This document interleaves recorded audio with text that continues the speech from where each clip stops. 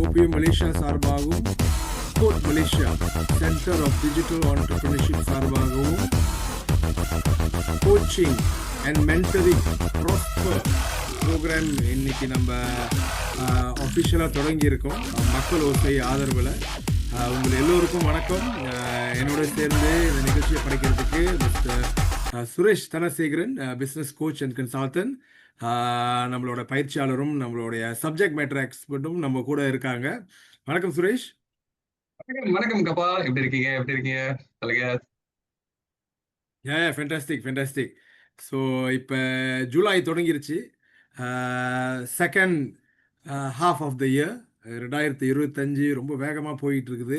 நிறையா விஷயங்கள் உலகளாவியும் மலேசியா உள்ளூர்லேயும் பல விஷயம் நடந்துக்கிட்டு இருக்கு. இன்னைக்கு நம்ம கூட பார்த்தீங்கன்னா நம்ம செஷனில் நிறைய பேர் கலந்துருக்காங்க. அவங்களுக்கும் வணக்கம். கோமலர் என்ன தேவ மங்கேஸ்வரி. எஸ். ஜூலை சொன்னானே உங்களுக்கு ஒரு அலர்ட் சொல்ற பாருங்களேன்.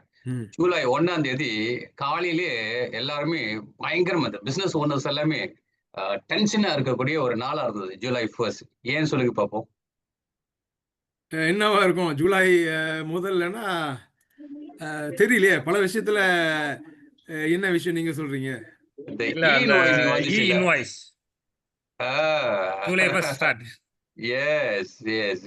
இன்வாய்ஸிங்னால நிறைய முதலாளிகள் காலையிலேயே தூக்கத்தெல்லாம் இழந்து தலை தெறிக்க ஓடுன கால்ஸ் எல்லாம் எனக்கு வந்தது.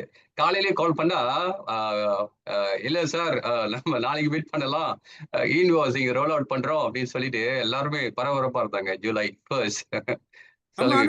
ஆனா சுரேஷ், அது நல்ல விஷயம் தானே. இன்வாய்ஸ்ங்கிறது அரசாங்கம், நம்ம அரசாங்கத்துக்கு வருமானம் தேவை. அந்த வருமானத்தை வந்து அவங்க வரி மூலியமா தான் அவங்க எடுக்க முடியும். மொத்தமா நம்மளோட வரியை எடுக்காட்டினாலும் கொஞ்சம் கொஞ்சமாவது எடுத்துக்கலாமே. ஸோ அந்த வகையில வந்து இந்த இன்வாய்ஸ்ன்னு பார்த்தீங்கன்னா அரசாங்கத்துக்கு ரொம்ப முக்கியமான விஷயம், நல்ல விஷயம். பட் வியாபாரத்துக்கு என்ன மாதிரியான இம்பேக்ட் இருக்குன்னு நினைக்கிறீங்க? நிறைய இப்ப பாருங்களேன், அதுவும் நம்ம இந்தியர்கள் மத்தியில பார்க்க போனா இந்த டிஜிட்டல் வேர்ல்டு அதோட என்ன சொல்லுவாங்க, பங்களிப்பு ரொம்ப அதிகமா இருக்கு. ஆனா நம்ம அதுல பின் தங்கிக்கிட்டே இருக்கிறோம் பாருங்களேன். இன்னமும் திகலிம புக்கு நோட்ல எழுதக்கூடிய பிசினஸ் ஓனர்ஸ் நம்ம இன்னும் பார்த்துக்கிட்டு தான் இருக்கிறோம். ஒரு நோட் புக்ல எழுதக்கூடிய பிசினஸ் ஓனர்ஸ் நம்ம இன்னும் பார்த்துக்கிட்டு இருக்கோம். இந்த இன்வாய்சிங் வந்தது ஒரு ஒரு நல்ல விஷயம். காரணம் என்னன்னு கேட்டீங்கன்னா, அவங்களுக்கு பிடிக்குதோ பிடிக்கலையோ இனி வரக்கூடிய இப்ப வந்து 5 மில்லியனுக்கு அபோவ் ரெவன்யூ உள்ள பிசினஸ்க்கு தான் இன்வாய்சிங் இம்ப்ளிமெண்ட் இந்த 1 ஜூன்ல இருந்து, ஜூலைல இருந்து. ஆனா அடுத்த வருஷம் நமக்கு பிடிக்குதோ பிடிக்கலையோ, மச்சிக்கையாவா அல்லது ரோட்ல கரிப்பா வைக்கிறாங்களா, எல்லாருமே இன்வாய்சிங் பண்ணி ஆகணும் பாருங்க. அதுவும் இந்த தீன் பின் வந்தோடனே என்னோட செஷன்லாம் பாத்தீங்கன்னா எல்லாருமே சார் டீன் எப்படி எடுக்கிறது சார், டீன் எப்படி எடுக்கிறது சார், டீன் எப்படி எடுக்கிறது சார், இதெல்லாம் பரபரப்பா இருந்தாங்க. ஆனா நல்ல விஷயம் பாருங்களேன், இந்த நம்ம எம்சிஏ வந்த பிறகு யாரெல்லாம் போன் பாய்ச்சதே இல்ல, எனக்கு போன் பாய்க்க தெரியாது அப்படின்னு சொன்னவங்க எல்லாம் பாத்தீங்கன்னா போன் யூஸ் பண்ணி எப்படி கியூஆர் கோட் ஸ்கேன் பண்றதெல்லாம் கத்துக்கிட்டாங்க. மாய் சுஜாத்ரா வந்துருச்சு, நமக்கு வேற வழியே இல்ல, ஸ்கேன் பண்ணி தான் ஆகணும், அது பயன்படுத்தி தான் ஆகணும் ஒரு கட்டாயம் வரபோது யாரெல்லாம் முடியாது, எனக்கு போனே யூஸ் பண்ண தெரியாது, நான் அந்த ஜெனரேஷன்ல அப்படி சொன்னவங்க எல்லாமே பாத்தீங்கன்னா போன்ல இருந்து எப்படி கியூஆர் கோட் ஸ்கேன் பண்றதுன்னு கத்துக்கிட்டாங்க. இன்னைக்கு பாருங்க, நம்மளால யாராலுமே சொல்ல முடியாது எனக்கு கியூஆர் கோட் எப்படி ஸ்கேன் பண்றதுன்னு தெரியாது அப்படின்னு சொல்ல முடியாது. அதே மாதிரி இது ஒரு நல்ல விஷயம். இன்னொரு ஒரு வருஷம் இந்த ஸ்ட்ரகிள் இருக்கும், பட் அதெல்லாம் அப்புறம் பழக்கமாயிரும். இல்ல, நம்ம மக்கள் எப்பவுமே அப்படித்தானே. வேற வழியே இல்லாத போது தான் அதை வந்து அவங்க அதை எடுக்க வேண்டிய ஒரு சூழ்நிலைக்கு ஆளாகிறாங்க. இப்போ இந்த கியூஆர் கோட்னு நம்ம ஞாபகம் வருது. இந்த கியூஆர் கோட்லாம் ரொம்ப பழைய டெக்னாலஜி. நான் வெளிநாட்டுக்கெல்லாம் போகும்போது அங்கே என்னன்னா கியூஆர் கோட்லாம் ரொம்ப சாதாரணமாக பயன்படுத்தும் போது நானும் யோசிச்சிருக்கேன், இது ஏன் நம்ம மலேசியாவுக்கு வரலன்னு இல்லை, அது ரொம்ப நாளாக இருந்திருக்கு மலேசியாவில். ஆனால் இந்த கோவிட்னு ஒன்று வந்தபோது இந்த மை சஜாத்ரான்னு ஒன்று கொண்டு வந்தாங்க. இதெல்லாம் நிறைய பேர் மறந்து போயிருப்பாங்க, அப்படி இருந்தது. இப்போ 2 வருஷத்துக்கு முன்னுக்கு பார்த்தீங்கன்னா ஒவ்வொரு இடத்துக்கும் போகிறதுக்கு முன்னுக்கு அது மை சஜாத்ரா ஸ்கேன் பண்ணணும். அப்போ தான் வந்து கியூஆர் கோடுன்னு ஒன்று இருக்கிறதா வந்து நிறையா பேர்த்துக்கு மலேசியன்ஸுக்கு ஒரு உணர்வு வந்தது. ஆனால் நான் என்ன நினச்சேன்னா, இந்த கியூஆர் கோட்லாம் வந்த பிறகு இதுதான் நோம் அப்படின்னு ஆயிரும்ன்ட்டு. பட் பார்க்க போனா கோவிட்லாம் முடிஞ்சு திருப்பி ரிவர்ஸ் கியர்ல போற மாரி இருக்குது. நீங்க என்ன நினைக்கிறீங்க? அந்த அது அடாப்ஷன் என்ன வகையில நடந்துகிட்டு இருக்குது? அது கல்ச்சர். அது கல்ச்சர். மலேசியன், ஏசியனோட கல்ச்சர் பார்த்தீங்கன்னா, இந்த கியூஆர் கோட் வந்து அ அதிகமா இந்த நம்ப அ நடமாடும் அந்த ரெஸ்டாரண்ட் இந்த மாரி இடங்கள்ல தான் அதிகமா பயன்படுத்தக்கூடிய வாய்ப்புகள் இருந்தது பாருங்க. ஷாப்பிங் காம்ப்ளெக்ஸ், ரெஸ்டாரண்ட் இந்த மாரி விஷயத்துல தான் நம்ம அதிகமா பயன்படுத்தக்கூடிய வாய்ப்புகள் வந்தது. அதோட பலன இன்னும் வந்து பயன வந்து அரசாங்கம் இன்னும் மேல கொண்டுட்டு போயிருக்கலான்றது என்னோட தனிப்பட்ட கருத்து பாருங்களேன். அது வெறும் கியூஆர் கோட் ஸ்கேனர் அ அ தாண்டி இன்னும் நெறைய இந்த எஸ்பெஷலி இந்த மெடிக்கல் லைன்ல, ஹாஸ்பிட்டல் லைன்ல இந்த இந்த மாய் சஜாத்ரா வந்து ஒரு பெரிய அளவுக்கு போயிருக்கணும். பட் ஏதோ ஒரு காரணம். அதோட அதோட ஃபங்ஷன் வந்து அந்த வெறும் கியூஆர் கோட்டோட இருந்ததுனால தான், அதோட பயன் வந்து இன்னும் தொடர முடியாம போயிருச்சுன்றது என்னோட பெர்சனல் கருத்து Gopal. Right, right, right, right. உண்மதான், உண்மதான், உண்மதான். சரி. இப்ப நம்ப ம் அ நிகழ்ச்சிய கொஞ்சம் அ துவங்கலான்னு நெனைக்கிறேன். துவங்குறதுக்கு முன்னுக்கு வந்து இப்ப நேயர்கள் நெறைய பேர் வந்துட்டுருப்பாங்க. இப்ப முதல் முறையாக வந்து மக்களோசை ஆதரவுல, மக்களோசை Facebook பேஜ்ல இந்த நிகழ்வு Facebook மூலியமாகவும், Zoom மூலியமாகவும் லைவா நடைபெறுது இப்ப. இந்த அ வாயில வந்து நம்ப மக்களோசை நிறுவனத்துக்கு ரொம்ப நன்றிய சொல்ல கடமைப்பட்டுருக்கோம். ஏன்னா, அவங்க வந்து இந்த முயற்சிக்கு ஆதரவு குடுக்குறது மட்டும் இல்லாம, அந்த பிளாட்ஃபார்மும் உருவாக்கி குடுத்துருக்காங்க. இப்ப நெறைய பேருக்கு வந்து, "இப்ப இது என்ன நிகழ்ச்சி? இது புதுசா வந்திருக்கே. அ இது என்ன இது?" அப்படின்னு கொஞ்சம் தெரியாம இருக்கும். ஸோ அவங்களுக்கெல்லாம் வந்து கொஞ்சம் பேக்கிரவுண்ட் என்ன கதை அப்படின்ட்டு நான் கொஞ்சம் விளக்கி சொல்றேன். அம் அ கோட் என்ற சென்டர் ஆஃப் டிஜிட்டல் ஆன்டர்பிரினர்ஷிப், அதாவது மலாய் மொழியில சொல்லப்போனா புசாட் பெம்பாங்குனான் கெமாஹிரான் கெஉசாஹாவானான் டிஜிட்டல், ரைட்? இது வந்து ஒரு சோஷியல் என்டர்பிரைஸ். இந்த சோஷியல் என்டர்பிரைஸ் என்னன்னா, நாங்க நெறைய பயிற்சிகள், நாங்க நெறைய அ அ அவேர்னஸ், ரைட்? அவேர்னஸ் புரோகிராம்ஸ் இந்த தொழில்நுட்பத்த பயன்படுத்தி எப்படி மக்கள், பலதர மக்கள் வருமானத்தை பெருக்கிக் கொள்றது என்ற ஒரு வழிமுறைய நம்ப ஆ அ இம்ப்ளிமெண்ட் பண்றதுக்காக நம்ம நெறைய பயிற்சிகள நடத்திட்டு வரோம். அ இந்த பயிற்சிய மித்ரா கவர்ன்மென்ட் ஏஜென்சி உங்களுக்கு எல்லாத்துக்கும் தெரியும். அவங்க ஆதரிச்சு, அவங்க நம்மளுக்கு கொஞ்சம் பண உதவி குடுத்து, இந்த பேரா மக்களுக்கு 2024ல இந்த நிகழ்ச்சி நடத்துனோம். இந்த பயிற்சிய. இது 9 நாள் பயிற்சி. ஆன்லைன்லயே நடத்துனோம். பிசிக்கலாவும் நடத்துனோம். இந்த 9 நாள் பயிற்சிய தொடர்ந்து இந்த இந்த இந்த புரோகிராம நம்ம 1 வருஷமா கோச்சிங் அண்ட் ஹேண்ட் ஹோல்டிங் அப்படி நடத்துறதுக்கான நம்ம இந்த இந்த இந்த 9 நாள் மித்ரா ஆதரிச்ச பயிற்சிய 1 வருஷம் புரோகிராமா நம்ப எக்ஸ்டெண்ட் பண்ணி நம்ம நடத்துனோம். அப்புறம் ஒரு யோசனையில வந்து ஏன் நம்ம பேரா மக்கள், ஏன்னா அதுல ஒரு 250 பார்ட்டிசிபெண்ட் நம்ம ட்ரெயின் பண்ணோம். அவங்களுக்கு மட்டும் ஏன் இந்த நாலேட்ஜ் போய் சேரணும்? இது வந்து எப்படி நம்ப நேஷன் வைட் போய் சேர்க்கிறது அப்படின்னு சொல்லும்போது தான், நம்ம மக்களோசை நிறுவனத்த நம்ப நாடி, நம்பளுடைய நம்ப திட்டங்களெல்லாம் நம்ம அவங்கட்ட ஷேர் பண்ணும்போது, அவங்க வந்து "வை நாட்? நம்மளுடைய பிளாட்ஃபார்ம் இருக்குது. இந்த விஷயம் நல்ல விஷயம். நம்ம பலதர மக்களுக்கு போய் சேரணுன்றதுக்காக வந்து இந்த வாய்ப்ப உருவாக்கி குடுத்தாங்க." ஸோ அந்த வகையில வந்து மக்களோசி நிறுவனத்துக்கு மீண்டும் ஒரு நன்றி. இந்த இந்த சப்போர்ட் தொடர்ந்து இருக்கணும். இது நம்ம எவ்வளோ நாள் முடியுமோ, அவ்வளோ தூரம் நம்ம நடத்துறதாக பிளானு. இது வந்து வாரம் ஒரு முறை. அதாவது வியாபார நோக்கமா, வியாபாரம் சம்பந்தப்பட்ட தகவல்கள், விஷயங்கள் இத வந்து நம்ப ஒரு 2 மணி நேரத்துல, ஓகே 9 மணிலிருந்து 8 மணிலிருந்து 10 மணிக்கு அ Zoom மூலியமாகவும், மக்களோசை Facebook லைவ் மூலியமாகவும் இது ஒரு கலந்துரையாடல். ஸோ ஒவ்வொரு வாரம் பார்த்தீங்கன்னா, ஒவ்வொரு எக்ஸ்பர்ட் இந்த சப்ஜெக்ட்ல, இந்த வியாபாரத் துறையில ஒவ்வொரு சப்ஜெக்ட் மேட்டர் எக்ஸ்பர்ட் நம்ப அழைத்து, அ அவங்களோட அனுபவத்த, அவங்களோட விஷயத்த பகிர்ந்து கொண்டு, அது மட்டும் இல்லாம நம்ம வந்து நெறைய வியாபாரத்துல அ வெற்றி அடைஞ்சவங்க, வெற்றி பாதைய நோக்கி போயிட்டு இருக்கவங்க, இல்லன்னா இப்ப தான் வெற்றிய நோக்கி நகர்ந்துகிட்டு இருக்கவங்க நெறைய பேர் இருக்காங்க. நம்ம இந்திய மக்கள் பார்த்தீங்கன்னா, ஸோ அவங்களுக்கு வந்து நெறைய அனுபவங்கள் இருக்கும். வெற்றி, தோல்வி, எப்படி அந்த படிய கடந்தாங்க, எப்படி அத யூனோ அந்த சாதனை அடையறதுக்கு பல சோதனைகள்லாம் அவங்க ஃபேஸ் பண்ணியிருப்பாங்க. இதெல்லாம் நம்மளுக்கு ஒரு படிப்பினை, ஒரு பாடம்.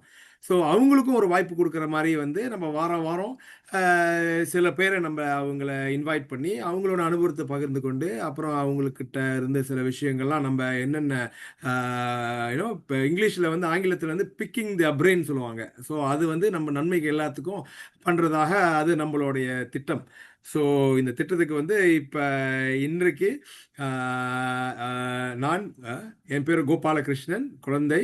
நான் இந்த டிஜிட்டல் அதாவது இந்த தொழில்நுட்பத் துறையில ஒரு 20 வருஷமாக அனுபவம். ஆ 2004ஆம் வருஷத்துல என்னோட படிப்பு முடிச்சு மேல் படிப்பு படிச்சு முடிச்ச பிறகு என்னோட நிறுவனத்த அ ஆரம்பித்தேன். ஸோ இப்பொழுது ஒரு 21 வருடமாக நம்ம இந்த வியாபாரத் துறையில இந்த தொழில்நுட்பத்த சம்பந்தப்பட்ட மட்டுமே ஃபோக்கஸ் பண்ணி அ நெறைய பண்ணிட்டு வரோம். எங்களுக்கு ஒரு அ அ ஒரு ட்ரெய்னிங் இன்ஸ்டிடியூட் ரன் பண்ணிட்டு வரோம். இது கார்ப்பரேட்ஸ், கம்பெனிஸ்க்குலாம் இந்த டெக்னாலஜி ட்ரெய்னிங் இப்ப பார்த்தீங்கன்னா, நெறைய இந்த ஏஐ, ஆர்ட்டிஃபிஷியல் இன்டெலிஜென்ஸ் அந்த மாதிரியான சப்ஜெக்ட்ஸ்லாம் நெறைய கார்ப்பரேட்ஸ் க்கு கற்றுக் குடுத்துட்டு வந்துட்டுருக்கோம். ஆனா, அவங்களுக்கு மட்டும் பத்தாது. சாதாரண இருக்கிற மக்கள், இந்த நெறையா பேரா மாநிலம், பல மாநிலங்கள்ல இருக்கிற இந்த இந்த இந்த இந்த த இந்த தோட்டப்புறத்துல நெறைய பேர் இருக்காங்க. ரூரல் ஏரியால நெறைய பேர் இருக்காங்க. அவங்களுக்கும் இந்த தொழில்நுட்பம் போய் சேரணுன்றதுக்காகவே, இந்த கோட் மலேசியான்ற ஒரு சோஷியல் என்டர்பிரைஸ் அது ஒரு துவங்கி வெற்றிகரமா இப்ப ஒரு கோவிட் காலத்திலிருந்து இது நடைபெற்று நடத்திட்டு வரோம். ஆ ஸோ அதுதான் என்னுடைய பேக்கிரவுண்ட். சுரேஷ் உங்கள பத்தி நீங்களும் கொஞ்சம் அறிமுகப்படுத்திக்கங்க நம்ம நேயருக்காண்டி. ஆ நன்றி கோபால். நன்றி, நன்றி, நன்றி. ஆ அனைவருக்கும் வணக்கம். என் பேர் சுரேஷ் தானசேகரன். ஐ அம் ஆன்ட்ரபிரினர், ஐ அம் பிசினஸ் கோச், ஐ அம் ட்ரெய்னர். ஆ ஒரு 20 ஆண்டு ஏறக்குறைய இந்த சேல்ஸ் அண்ட் மார்க்கெட்டிங்ல நெறைய கார்ப்பரேட்ல என்னோட அனுபவங்கள் இருக்குங்க. ஆ என்னோட education background I did bachelor of அக்கவுண்டன்சிங்க. I am accountant too. இந்த அனுபவங்கள்லாம் என்னோட வளர்ச்சியில ஒரு மிகப்பெரிய பங்கு ஆற்றியிருக்குங்க. அதுவும் முக்கியமா நான் இந்த கார்ப்பரேட்ல வேலை செய்யும்போது எனக்கு அக்கவுண்டிங் படிச்சிருந்தாலும் கோபால், ஒரு 1 இயர் பிளஸ் தான் நான் அக்கவுண்டிங் துறையில பிராக்டிஸ் பண்ணேன். ஆனா நான் உணர்ந்தது என்னன்னு பார்த்தீங்கன்னா, எனக்குன்னு ஒரு தனித்துவம் இருக்குது. அதாவது என்னால நல்லா பேச முடியும். இன்னொன்னு அ என்னோட சிந்தனை சிந்திக்கக்கூடிய விதங்கள்லாம் வித்தியாசமா இருக்கும். ஒண்ண பார்த்தோம்னா அது அது அத வேற மாரி யோசிக்க ஆரம்பிப்பேன். எப்போதுமே அந்த ஒரு பிசினஸ் திங்கிங்கோட இருக்கும் எனக்கு. அத பார்க்கும்போது அது தூர நோக்கா பார்ப்பேன் பாருங்களேன். அப்படி இருக்கும்போது ஒ ஒரு ஒரு உணர்வு எனக்குள்ள தோணுது. சரி நான் ஒரு ஒன்ட்ரபிரினர் ஆகக்கூடிய எல்லா அ இதுவும் இருக்குன்றதுனால, அந்த ஜேர்னில ஒரு 20 ஆண்டுங்க ஒன்ட்ரபிரினர் இன் கார்ப்பரேட் வேர்ல்ட்ல ஒரு சேல்ஸ் அண்ட் மார்க்கெட்டிங்ல அதுவும் இந்த சேல்ஸ் அண்ட் மார்க்கெட்டிங் எனக்கு எனக்கு ரொம்ப புடிச்ச ஒரு துறைங்க. ஏன்னா என்னால வித்தியாசமா யோசிக்க முடியும். சேல்ஸ்ல பெரிய அளவுக்கு நானு விஷயங்கள் பண்ணியிருக்கேன். அது இப்ப கடந்த 6 ஆண்டுகளா இந்த ட்ரெய்னிங்ல நான் இப்ப நெறைய ட்ரெய்னிங் குடுத்துக்கிட்டு இருக்கேன். இப்ப கோச்சிங்ல போயிட்டு இருக்கேன். நெறைய ஆன்ட்ரபிரினர் அ நெறைய ஸ்டார்ட் அப்ஸ்க்கு பெர்சனல் கோச்சிங் நான் பண்ணிக்கிட்டு இருக்கேன் பாருங்களேன். இந்த TikTokல என்னோட தளத்தையும் நான் உருவாக்கி, இன்னும் நெறைய இந்த மாரி ஷேரிங்லாம் இந்த TikTokல நான் குடுத்துக்கிட்டு இருக்கேன். என்ன கண்டிப்பா நீங்க ஃபாலோ பண்ணலாம் TikTokல. சுரேஷ் தாண்டசேகரன் அல்லது ஏ விஷன் மீடியா நீங்க போட்டீங்கன்னா, 2ல ஏதாவது நீங்க கண்டிப்பா என்ன பார்க்க முடியும். சரி சுரேஷ். நல்ல ஒரு அறிமுகம். இப்ப நம்ம நிகழ்ச்சிய தொடங்குறதுக்கு இந்த கோச்சிங்ன்ற வார்த்தை ரொம்ப முக்கியமா சொன்னீங்க. ஆ ஏன்னா, நீங்க பார்த்தீங்கன்னா, பல தர துறையில பார்த்தீங்கன்னா, இந்த இந்த இந்த இந்த ஸ்போர்ட்ஸ் இல்லாட்டினா ஆ ஆ ஒரு பப்ளிக் ஸ்பீக்கிங் இல்லன்னா ஒரு லீடர்ஷிப் இந்த மாரி பல துறையில இந்த இந்த கோச்சிங்கிறது ரொம்ப முக்கியமான ஒரு அம்சம். ஏன்னா, நம்ப எல்லாருமே எல்லாத்துக்கும் தயார் பண்ணிக்கிட்டு வரல. சில சமயத்துல அ அதுக்கு கொஞ்சம் சில தயாரிப்புகள் நடந்திருக்கலாம். பட் பெரும்பாலான நேரத்துல இதெல்லாம் நம்ம ஆக்சிடென்டல் தான். தப்பி, தவறி, தடுக்கி, தடுமாறி, விழுந்து அப்படி வந்து தான் நம்ம கத்துக்கணும்.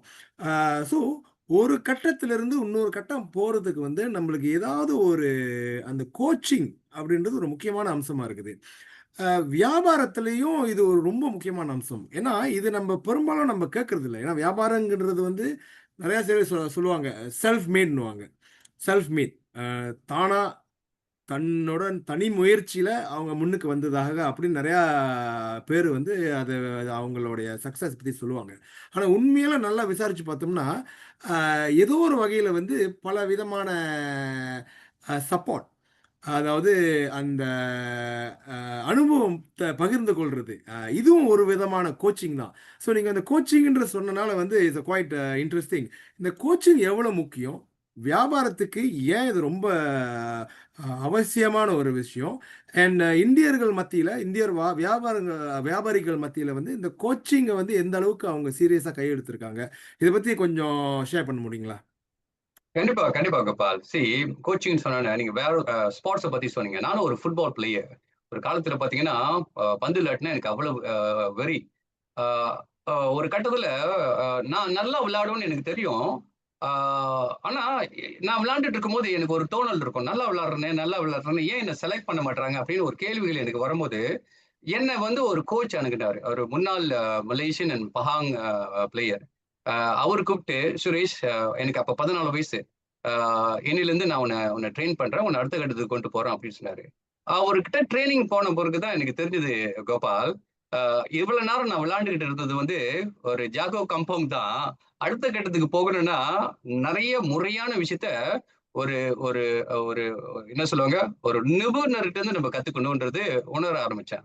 அப்பதாங்க அந்த ஜாகோ கம்பவுண்டர் தான் நானு ஸ்டேட் லெவல்ல வரைக்கும் போகக்கூடிய வாய்ப்புகள் நெறைய வந்தது. அப்பதான் உண்மையிலேயே எனக்கு புரிஞ்சது. ஓ! ஃபுட்பால்னா இது. ஏன்னா, நான் ஒண்டியே ஒரு 8 பேர வெட்டிட்டு போகக்கூடிய மைண்ட் செட்ல இருந்தேன்.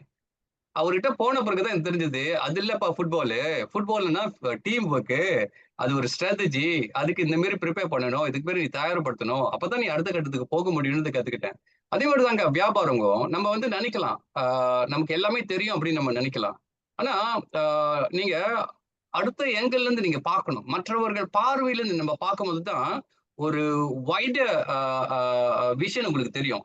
எப்போதுமே நமக்கு தெரியும் பாருங்களேன். நம்ம குழந்தைங்க எப்போதுமே சிறந்த குழந்தைகள் தான். யாரு குறை சொன்னாலும் நம்ம அத என்ன சொல்லுவாங்க? அத அத அ அ டிஃபைன் பண்ணுவோம். தப்பா இருந்தாலுமே நம்ம டிஃபைன் பண்ணணும்னு நெனைப்போம். ஆனா, இங்க கோச் வந்து நம்மட்ட சொல்லும்போது, அவரு வந்து ஒரு ஒரு வைடர் பார்வையில பார்ப்பாரு. எது சரியா இருக்கும்? எது சரியில்ல? எது நீங்க சரியா பண்ணா நல்லா இருக்கும், சிறப்பா இருக்கும் அப்படின்றது ஒரு கோச் வந்து அவரோட டெக்னிக்காலிட்டில இருந்து அவரு உங்களுக்கு கத்துக் குடுப்பாரு. இன்னைக்கு சீனர்கள்லாம் பார்த்தீங்கன்னா, அது ஒரு ஒரு ஒரு அ கான்செப்ட்ங்க. அவங்களோட சமுதாயத்துல ஒரு மிகப்பெரிய கான்செப்ட் என்னன்னா, ஒருத்தர் வளர்ந்து வந்துட்டாருன்னா, அவரு வந்து இன்னொரு மென்டர் எடுக்கணும். இன்னொருத்தருக்கு வந்து மென்டர்ஷிப் பண்ணணும். அவங்க வந்து ஒரு மென்டர் இல்லாம ஒரு பிசினஸ் ஆரம்பிக்க மாட்டாங்க. எத்தன பேருக்கு அது தெரியும்னு எனக்கு தெரியல. ஆனா சீனர்கள் மத்தியில அது ரொம்ப பிரபலங்க. அதனால தான் பாருங்களேன், நெட்வொர்க்கிங் குரூப் வந்து அவங்களுக்குள்ள ரொம்ப ஸ்ட்ராங்கா ஒரு ஒரு பாண்டிங்கோட இருக்கும். அதனால தான் ஒருத்தர் வளர்ந்தாருன்னா, இன்னொருத்தர வளர்த்து விடணும்ன்றது அவங்க அவங்க சொசைட்டில இருக்கக்கூடிய ஒரு முக்கியமான ஒரு கட்டுப்பாடு. ஆனா இங்க நம்ம என்ன நெனைக்கிறோம், நமக்கு எதுக்கு கோச்ன்னு நம்ம நெனைக்கிறோம். அது இல்லைங்க. கோச்ன்னா என்னன்னா, உங்களுக்கு சில விஷயங்கள அவங்க கஸ்டமர் பார்வையிலருந்து, இண்டஸ்ட்ரி பார்வையிலருந்து சில ஐடியாஸ் உங்களுக்கு குடுக்கலாம். உங்களுக்கு ஒரு வியாபாரத்துல போறீங்கன்னா, 2 விஷயம் உங்களுக்கு ரொம்ப முக்கியங்க. ஒண்ணு உங்களுக்கு ஒரு மென்டார் இருக்கணும். அல்லது உங்களுக்கு ஒரு பிசினஸ் கோச் இருக்கணும். அப்பதான் நீங்க அடுத்த கட்டத்துக்கு தொடர்ந்து போக முடியும் பாருங்க. இது இன்குபேட்டர்ன்னு சொல்லுவோம். நீங்க ஒரு ஒரு ஒரு சாதாரண ஒரு ஸ்டார்ட் அப்லருந்து அடுத்த கட்டத்துக்கு நீங்க போகுறதுக்கு ஒரு இன்குபேட்டர் ப்ரோகிராம் உங்களுக்கு தேவைப்படுது. அங்கதாங்க இந்த கோச்சஸ்லாம் வந்துட்டு உங்களுக்கு தேவையான விஷயத்த சொல்லுவாங்க. ஓகே, இது நீங்க சரி பண்ணிட்டீங்கன்னா, நீங்க அடுத்த கட்டத்துக்கு போக முடியும். இது கொஞ்சம் கொஞ்சம் மாத்திக்கங்க. இந்த அப்ரோச் கொஞ்சம் வித்தியாசமா செய்யுங்க. இந்த மாரி விஷயங்கள் நீங்க கத்துக்கும்போது, இப்ப நீங்க பார்த்தீங்கன்னா, நெறைய மாற்றங்கள் உங்களுக்குள்ள உருவாகுங்க பிசினஸ்ல. நமக்கு தெரிஞ்சது கட்டுறது கையளவு, கல்லளது உலக அளவுன்னு சொல்லுவாங்க. சோ அந்த மாரி இப்ப கோச் கூட பார்த்தீங்கன்னா, அவங்க வியாபாரத்த ரீதியில தான் அவங்களுக்கு தெரியும். இப்ப ஒரு ஃபுட்பால் கோச் கிட்ட போய் நீங்க எப்படி ஹாக்கி விளையாடுறதுன்னு கேட்டீங்கன்னா, அவரு கத்துக் குடுக்க முடியாது. அதே மாரி தான் அந்த பிசினஸ் கோச்ன்னு வந்து இந்த பிசினஸ் டெக்னிக்காலிட்டி இந்த கண்டிப்பா, அ அ கண்டிப்பா. பிசினஸ் ஏரியா, மார்க்கெட்டிங், ஃபைனான்ஸ் இந்த மாரி ஏரியால உங்களுக்கு என்னென்ன தேவைகளோ, ஒரு ஒரு பிசினஸ் கோச்சோ அந்த புரோகிராம உங்களுக்கு கத்துக் குடுக்க முடியும். அது ரொம்ப முக்கியம். வியாபாரத்துலங்க கண்டிப்பா. நீங்க அடுத்த கட்டத்துக்கு போகணும்னா, உங்களுக்கு ஒரு பிசினஸ் கோச் தேவைப்படும். அல்லது அட்லீஸ்ட் ஒரு மென்டாராவது உங்களுக்கு தேவைப்படும். ஆனா நம்ம இந்தியர் வியாபாரிகள் மத்தியில வந்து இந்த இந்த கோச்சிங் கான்செப்ட்க்கு வரவேற்பு எப்படி இருக்குது? இத நோக்கி தேடி போறாங்களா? இல்ல நீங்க அவங்கள கன்வின்ஸ் பண்ண வேண்டிய ஒரு நிலைமை இருக்குதா? எப்படி நீங்க அத உங்க அனுபவத்துல எப்படி நீங்க பார்க்குறீங்க இத? இல்ல. இப்ப நெறைய மாற்றங்கள் நான் பார்க்குறேன். இன்ஃபாக்ட் இப்ப அ இந்த TikTokல ஒரு 4, 5 மாதமா நான் என்னோட ப்ரோகிராம் நான் பண்ணிக்கிட்டு இருக்கேன். நிறைய எனக்கு அந்த கேள்விகள்லாம் வருது, இன்குவரி எல்லாம் வருது. நிறைய பேர் என்னோட கிளாஸ்ல கலந்துக்கிறாங்க. இன்னும் மேல மேல போயிட்டு இருக்காங்க. ஒவ்வொரு கிளாஸும் நான் லைவ்க்கு பண்ணாலே எல்லாரும் நிறைய வந்து அந்த விஷயத்த கத்துக்கிறாங்க. சார் அடுத்த கிளாஸ் எனக்கு இதை கத்துக்கணுங்க சார். எனக்கு இது புரியல சார். சார் இந்த பிரச்சனை இருக்கு. இது எப்படி பண்றது? அவங்களோட விழிப்புணர்ச்சி வந்துருச்சு. ஆனா இன்னும் நம்ம இன்னும் கொண்டுட்டு போகணும்ன்றது என்னோட கருத்து. வருவாங்க, மாறுவாங்க. நம்ம சமுதாயம் வந்து மாறுவாங்க. ஆனா கொஞ்சம் தாமதமா இருக்கும். அவங்களுக்கு டைம் எடுக்கும் அது. ஆம், நேயர்களுக்கெல்லாம் ஒரு குறிப்பு. ஏன்னா, இந்த நிகழ்ச்சி வந்து இது ஒரு கலந்துரையாடல், கேள்வி பதில் நிகழ்ச்சி. நம்ம வந்து Zoom மூலியமாகவும், Facebook அ லைவ் மக்களோசை பேஜ்ல இருந்து லைவா வந்துகிட்டு இருக்கோம். உங்களுக்கு ஏதாவது வியாபார சம்பந்தப்பட்ட ஒரு கேள்விகள், இல்ல ஏதாவது நீங்க ஒரு டவுட் ஏதாவது நீங்க கிளாரிஃபை பண்ணணும், உங்களுக்கு ஏதாவது தெரிஞ்சுக்கணும் அப்படின்ற மாரி இருந்ததுன்னா, ஆ தாராளமா கமெண்ட் பண்ணுங்க. Zoomலயும் சரி, நம்மளோட அ மக்கள் ஓசை Facebook பேஜ்லயும் சரி. ஆம் ஆ புட் யுவர் கொஸ்டியன்ஸ் உங்களோட கேள்விகள் இந்த கமெண்ட். ஸோ அங்கருந்து நம்ம அந்த கொஸ்டின்லாம் நம்ம பிக் அப் பண்ணி, வி வில் முடிஞ்ச அளவுக்கு we will try to address it. So அச்சப்படாதீங்க. இது வந்து தயக்கம் இல்ல. தாராளமா நீங்க போடலாம். And we will pick up your questions from the Facebook as well. Okay. ஆம், நீங்க சொன்ன விஷயத்த தொடர்ந்து சுரேஷ், இப்ப இந்த கோச்சிங், இந்த business coaching, right? Sports coaching நம்மளுக்கு தெரியும் எல்லாம். பிசினஸ் கோச்சிங் இது வந்து எந்த மாரியான வியாபாரத்துக்கு எந்த மாரியான வியாபாரிகளுக்கு பொருந்தும்? இஸ் இட் ஒன்லி ஃபார் இந்த பெரிய கம்பெனிஸ், இந்த மில்லியன்ஸ் கம்பெனிஸ் அவங்களுக்கு பொருந்துமா? இல்ல இப்பதான் வளர்ந்து வந்து ஓரளவு ஸ்டேபிளா ஓடிட்டு இருக்கிற கம்பெனியா? இல்ல வந்து இப்ப புதுசா ஆரம்பிக்கிறாங்கல்ல, சிறு வியாபாரிகள், micro and small, medium entrepreneurs அவங்களுக்கா? இல்ல எந்த குரூப்புக்கு இந்த கோச்சிங் ரொம்ப அவசியமா தேவை? Even those in ideal stage. Sir எனக்கு ஒரு ஒரு ஐடியா இருக்கு. ஒரு பிளான் இருக்கு. ஒரு ஒரு ஒரு ப்ராடக்ட் இருக்கு. ஒரு ப்ராடக்ட் என் கையில இருக்கு. ஒரு ஒரு பிசினஸ் செய்யணும்ன்ற ஒரு எண்ணம் இருக்கு. ஒரு ஐடியா இருக்கு. ஆனா அடுத்து என்ன பண்றதுன்னு உங்களுக்கு தெரியல. அந்த மொமெண்ட்லயே உங்களுக்கு ஒரு பிசினஸ் கோச் தேவைப்படுங்க. நான் எப்போதுமே ஒண்ணு சொல்லுவேங்க. ஒரு வியாபாரம் ஆரம்பிக்கணும்னா, முதல் அடிப்படை விஷயம் பிசினஸ் பிளான். பிசினஸ் பிளான் கண்டிப்பா இருக்கணுங்க. என்னோட அனுபவத்துல சொல்றேங்க. என்னோட அனுபவத்துல சொல்றேன். Founder of the startups. So நெறைய தடவை ஏறி விழுந்திருக்கோங்க. விழுந்து எழுந்திரிச்சிருக்கோம். அதெல்லாம் ஒரு விஷயம் இல்ல. ஆனா அதுல கத்துக்கிட்ட மிகப்பெரிய ஒரு விஷயம் என்னன்னு பார்த்தீங்கன்னா, ஒரு வியாபாரம் நீங்க தொடங்கும்போது, உங்களுக்கு ஒரு பிசினஸ் பிளான் தேவைப்படும். அதனால தான் ஐடியல் ஸ்டேஜ்லயே உங்களுக்கு ஒரு கோச் தேவைப்படும். ஏன் பிசினஸ் பிளான் சார்? எதுக்கு ரொம்ப முக்கியமா? இது நான் கேள்விப்பட்டதே இல்லையே சார். அப்படிலாம் நெறைய பேர் என்ட்ட கேட்டிருக்காங்க. சார் உண்மையில பிசினஸ் பிளான் முக்கியமா? அப்படின்னு கேட்கறாங்க. இல்லைங்க. பிசினஸ் பிளான் என்னை பொறுத்த வரைக்குங்க, எந்த கோச் கேட்டாலுமே அத சொல்லுவாங்க உங்கள்ட்ட. பிசினஸ் பிளான் வந்து ஒரு ஒரு ஒரு பைபிள் மாரி, ஒரு ஒரு கீதா மாதிரி, ஒரு குரான் மாதிரி ஒரு பிசினஸ்க்கு. ஒரு ஒரு ஃபவுண்டரா இருந்தீங்கன்னா, ஒரு பிசினஸ் ஓனரா இருந்தீங்கன்னா, முதல்ல ஒரு பிசினஸ் பிளான் பெர்ஃபெக்ட்டா நீங்க செய்ய ஆரம்பிக்கணும். அதுதான் உங்களோட டெஸ்டினிய எப்படி இப்ப நீங்க அடைய போறீங்கன்ற ஒரு கைட்லைன் உங்களுக்கு குடுக்கும். எப்போதும் என்னோட ட்ரெய்னிங்ல அந்த கேள்வி கேட்பேன் கோபால். இப்ப எல்லாருக்குமே தெரியும். இப்ப இங்க இருந்து நீங்க டிராவல் பண்றதுக்கு இங்க இருந்து லெட்ஸ் சே ஒரு கூலிங்க்கு போறீங்கன்னு வச்சுக்கோங்களேன். ஒரு அப்பாயின்ட்மென்ட் இருக்கு. கூலிங்ல ஒருத்தவங்க உங்கள பார்க்கணும்னு சொல்லி வர சொல்லியிருக்காங்க. ஒரு இடம் குடுத்துட்டாங்க. இன்னைக்கு இங்க இருந்து டிரைவிங் பண்ணணும். ஆ அ காடி எடுத்தோனே முதல்ல என்ன பண்ணுவீங்க? டிரைவிங் பண்ணும்போது. இங்க இருந்து கூலிங் போறீங்க. அந்த இடத்துக்கு போனதே ம். இல்ல நீங்க. அனுபவமே இல்ல. என்ன பண்ணுவீங்க? உடனே வேஸ தட்டி விட்டுருவீங்க. ஆமா, ஆமாவா இல்லையா? ஆமா. லொகேஷன் லொகேஷன் போட்டுட்டு வேஸ தட்டி விட்டுருவீங்க. ஆனா வேஸோட ஃபங்ஷன் என்ன நெனைக்கிறீங்க? வேஸ் என்ன பண்ணுது நமக்கு? வெறும் பாத மட்டும் தான் காமிக்குதா? இல்ல எவ்வளோ சீக்கிரத்துல போயிருவோம். அது நடுவுல ஏதாவது தடங்கல் இருக்குதா? இந்த மாரி பல விஷயம். பாருங்க, பேஸ்ல வந்து வெறும் பாதம் மட்டும் காமிக்கலைங்க. பேஸ நீங்க தொறந்து பார்த்தீங்கன்னா, பல விஷயங்கள காமிக்கும். உங்களோட அரைவல் டைம் சொல்லும். எங்கேயாவது ரோட்ல ஆக்சிடென்ட் இருந்துச்சுன்னா, அது சொல்லும். ரோட் பிளாக் இருந்தா உங்களுக்கு எச்சரிக்கை பண்ணும். ஆக்சிடென்ட் நடந்ததுனா உங்களுக்கு எச்சரிக்கை பண்ணும். ரோடு நல்லா இல்லன்னா, குழியா இருந்துச்சுன்னா, அதையும் உங்களுக்கு எச்சரிக்கை பண்ணும்.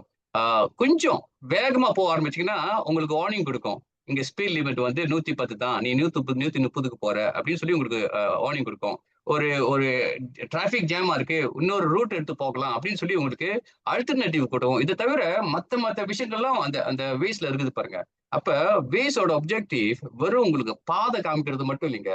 உங்கள சேஃபா, பாதுகாப்பா உங்களோட டெஸ்டினேஷன அடையறதுக்கு ஒரு நீண்ட வழி உங்களுக்கு குடுக்குது.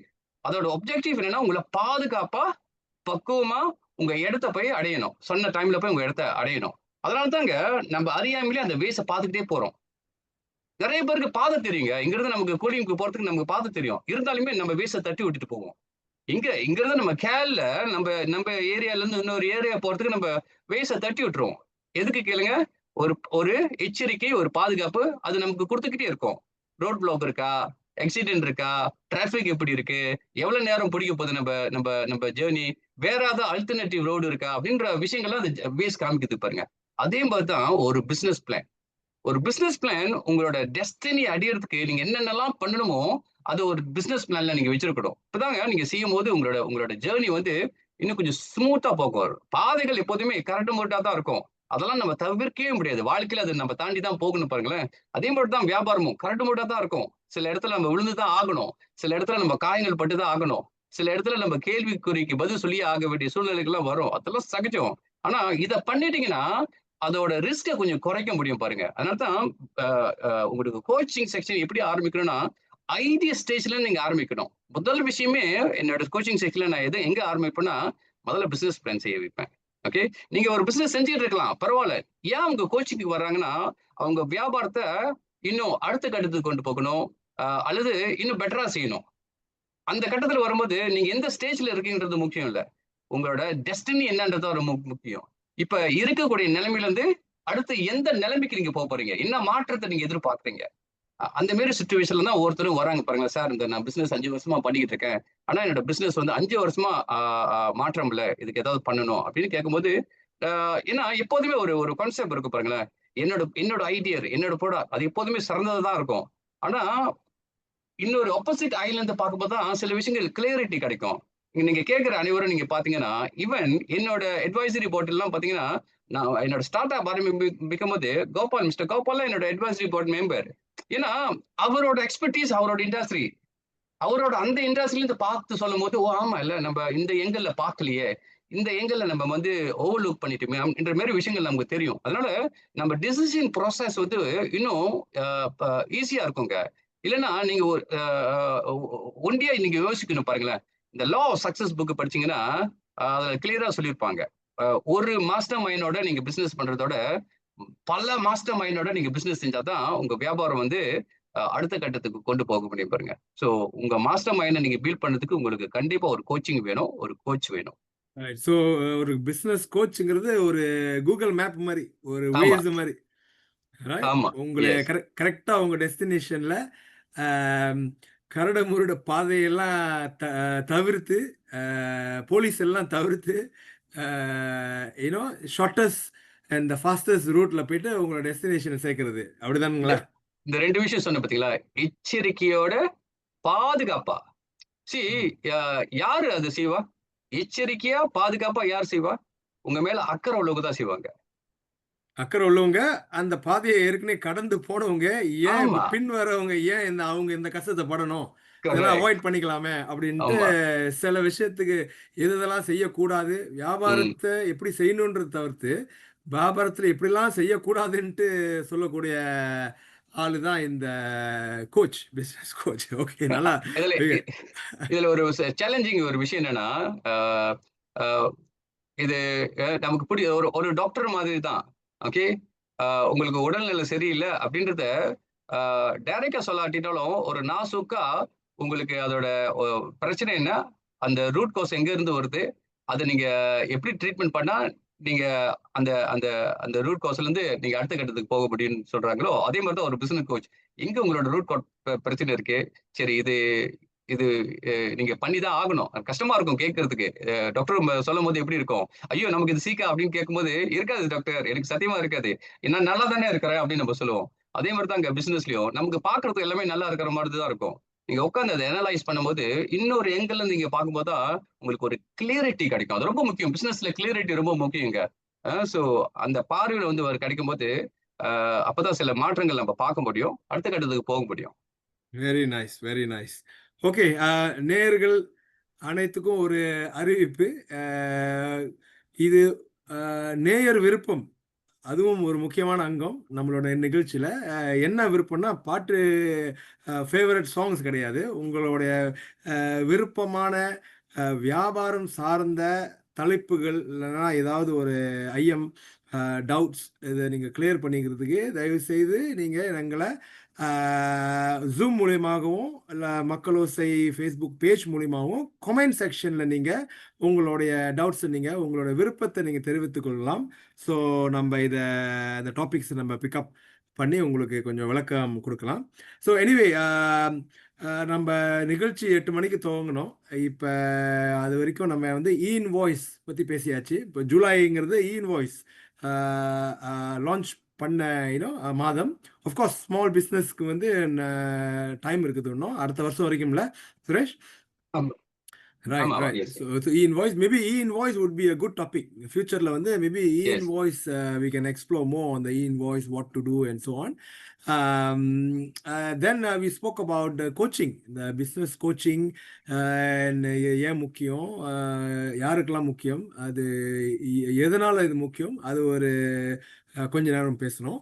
பட் முக்கியமாக நம்மளோட டாபிக் இன்னைக்கு டுடே என்னன்னு பார்த்தீங்கன்னா, இது வரைக்கும் பேசுனது எல்லாமே வந்து ஜஸ்ட் ஒரு முன்னுரை மாதிரி leading to this important topic. இன்னைக்கு முக்கியமாக சுரேஷ் இன்னைக்கு ஷேர் பண்ண வேண்டிய விஷயம் வந்து கேஷ் ஃப்ளோ மேனேஜ்மெண்ட். ரைட்? இந்த கேஷ் ஃப்ளோ மேனேஜ்மெண்ட் இந்த வார்த்தையில் வந்து ஒரு வியாபாரத்தின் வெற்றி ரகசியமே இந்த 2 வார்த்தையில் தான் இருக்குது. Cash flow management. Right? So cash ஃப்ளோங்கிறது வந்து what do you call this, உங்களோட பணம் அது புலந்துக்கிட்டே இருக்கணும், அது நகர்ந்துக்கிட்டே இருக்கணும், ஏனோ உள்ளே வரணும், வெளியே போகணும், திரும்பி உள்ளே வரணும், வெளியே வரணும். இந்த இந்த பணம் வருவாய் இது வந்து எப்படி இதை நல்ல அணுகுமுறையாக நல்ல ஒரு ப்ராப்பராக மேனேஜ் பண்ணுறது. ரைட்? இதுதான் வந்து பல வியாபாரத்துக்கு ஒரு பெரிய ஒரு வெற்றியின் காரணமாகவும் இருந்திருக்கு. பல வியாபாரம் தோல்வி அடைகிறதுக்கும் இதுதான் முக்கியமாக ஒரு விஷயமா இருந்திருக்குது. ஸோ இந்த டாப்பிக்கை நம்ம இன்னைக்கு ஆராய்ந்து பிரித்து ஏன்னோ அக்கு வேற ஆணி வேறையா சுரேஷ் நம்மளுக்கு எக்ஸ்பிளைன் பண்ணுறதுக்கு காத்திருக்காரு. இந்த டாபிக் சம்மந்தப்பட்ட உங்களுக்கு பிரச்சனைகள் ஏதாவது ஒரு சேலஞ்ச் ஃபேஸ் பண்ணியிருக்கீங்களா, இல்லை ஈவன் உங்களோட அனுபவம் ஷேர் பண்ணோம்னா தயவுசெய்து நீங்கள் கமெண்ட் செக்ஷனில் நீங்கள் ஷேர் பண்ணலாம். ஸோ சுரேஷ், இந்த cash flow very very important. இதை பற்றி கொஞ்சம் ஒரு தெளிவு நம்மளுக்கு நிறைய பேர்த்துக்கு வந்து இல்லாமல் இருக்குது, தேவைப்படுது. I think one of the most important topic நம்ம ஆரம்பிச்சிருக்கிறது. ஸோ இதை பற்றி கொஞ்சம் விளக்கம் கொடுங்களேன். கண்டிப்பா கபால். கேஷ் ஃப்ளோங்க இப்ப நம்ம உடம்புல எப்படி ரத்தம் ரொம்ப முக்கியமோ அதே மாதிரி ஒரு வியாபாரத்துக்கு கேஷ் ஃப்ளோ ரொம்ப முக்கியம். உடம்புல ரத்தம் வெளியாக ஆரம்பிச்சுன்னா என்ன ஆகும் கோபால்? உடம்புல இருந்து உங்களோட பிளட் லீக் ஆகுதுன்னா பிளட் லீக் ஆகுதுன்னா அவ்வளவுதான், கேஓ தான் நமக்கு வந்து மற்ற செய்திகள்லாம் அனுப்பிடுவாங்க. அதே மாதிரி தாங்க உங்க வியாபாரத்துல கேஷ் ஃப்ளோ ரொம்ப முக்கியம். அடிப்படை விஷயங்க ஒரு பிசினஸ்ல அடிப்படை ஒரு விஷயம் கேஷ் ஃப்ளோ. நிறைய பேர் நினைக்கிறீங்க. இப்ப பாருங்களேன், ஒரு உதாரணம் சொல்றேன். தானி பினான்சஸ், ஏர் ஏஷியோட வெற்றிக்கு அடிப்படை காரணமே என்னன்னு பாத்தீங்கன்னா கேஷ் ஃப்ளோ மேனேஜ்மெண்ட் தான். ஓகே, தானிக்கு எப்படி ஃபிளைட் ஓடுதுன்னு தெரியாது, அவர் பைலட் இல்ல. ஓகே, அவர் ஏர்லைன்ஸ் இண்டஸ்ட்ரியில இருந்துட்டு வரல. அவர் அந்த நிறுவனத்தை எடுக்கும்போது 25 மில்லியன் கடல்ல இருந்த நிறுவனம். யாருங்க அந்த மாதிரி பிசினஸ் எடுப்பா? கடல்ல இருக்கிற பிசினஸ் எடுப்போமா கோபால்? நம்ம 25 மில்லியன் கடல்ல இருக்கு, ஆனா பிளேன் தான் இருக்கு. அதை எப்படி எடுப்போம்? நம்ம கடல்ல இருக்கிற பிசினஸ் 25 மில்லியன் என்ன 25,000 வெள்ளி 2,500 வெள்ளி கடந்தாலே விட்டுட்டு நம்ம அந்த பிசினஸ்ல இன்வெஸ்ட் பண்ண மாட்டோம். ஆனா 25 மில்லியன் கடல்ல இருக்கக்கூடிய பிசினஸ எடுத்து அது ஒரு லாபகரமான ஒரு இண்டஸ்ட்ரியா மாத்துறதுக்கு முதல் முக்கியமான காரணம் என்னன்னு கேட்டீங்கன்னா கேஷ் ஃப்ளோ மேனேஜ்மெண்ட்.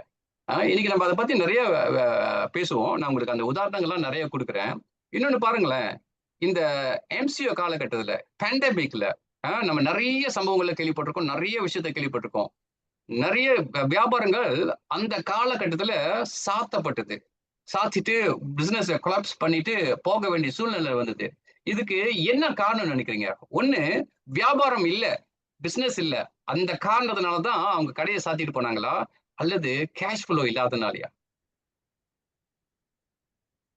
முக்கியமான காரணம் என்னன்னு பார்த்தீங்கன்னா, பிசினஸ் இல்லாதனால இல்லைங்க.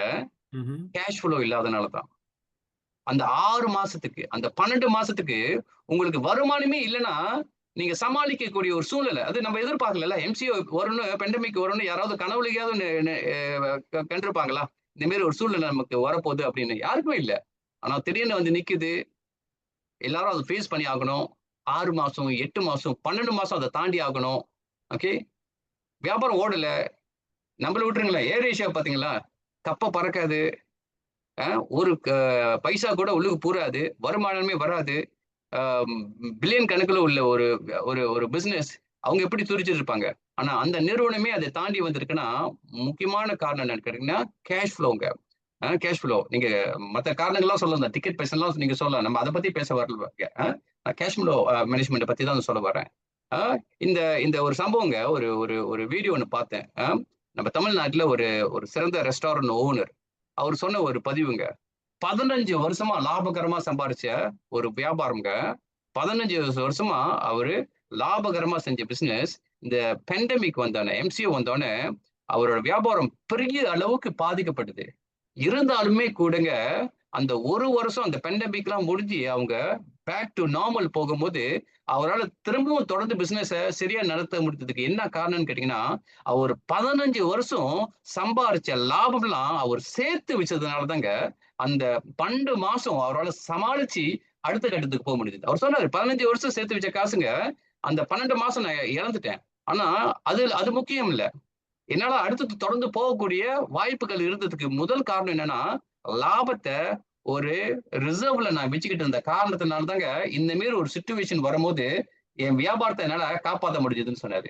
நெறைய வியாபாரங்க காப்பாத்த முடியாம போனதுக்கு முக்கிய காரணம் என்னன்னா, அந்த கேஷ் ஃப்ளோ தான். ஏன்னா, இந்த மாரி சிச்சுவேஷன் வரும்போது, நமக்கு கேஷ் ஃப்ளோ இல்ல. அப்பதான் நம்ம என்ன எதிர்பார்க்கிறோம்? எங்கேயாவது லோன் கிடைக்குமா? ஃபைனான்சிங் கிடைக்குமா? இந்த மாரி விஷயத்த நம்ம எதிர்பார்க்க ஆரம்பிச்சுட்டோம். ஆனா பிரச்சனை என்னன்னா சுரேஷ், கேஷ் ஃப்ளோங்கிறது நம்மகிட்ட கையில தங்க மாட்டேங்குதே. நம்ப அது வர்றது, அது செலவு பண்றது, அப்போ அதோட வந்து மிஞ்ச மாட்டேங்குதே. கையில கொஞ்சம் மிஞ்சினா தானே அத கொஞ்சம் ஒதுக்குறதோ, இல்ல கொஞ்சம் கேஷ் ஃப்ளோவுக்கு வந்து நம்மளுக்கு ஏதாவது ஒரு பிளானிங் பண்ண முடியும். வியாபாரம் சூழ்நிலை அதுக்கு தகுந்த மாரி இல்லையே.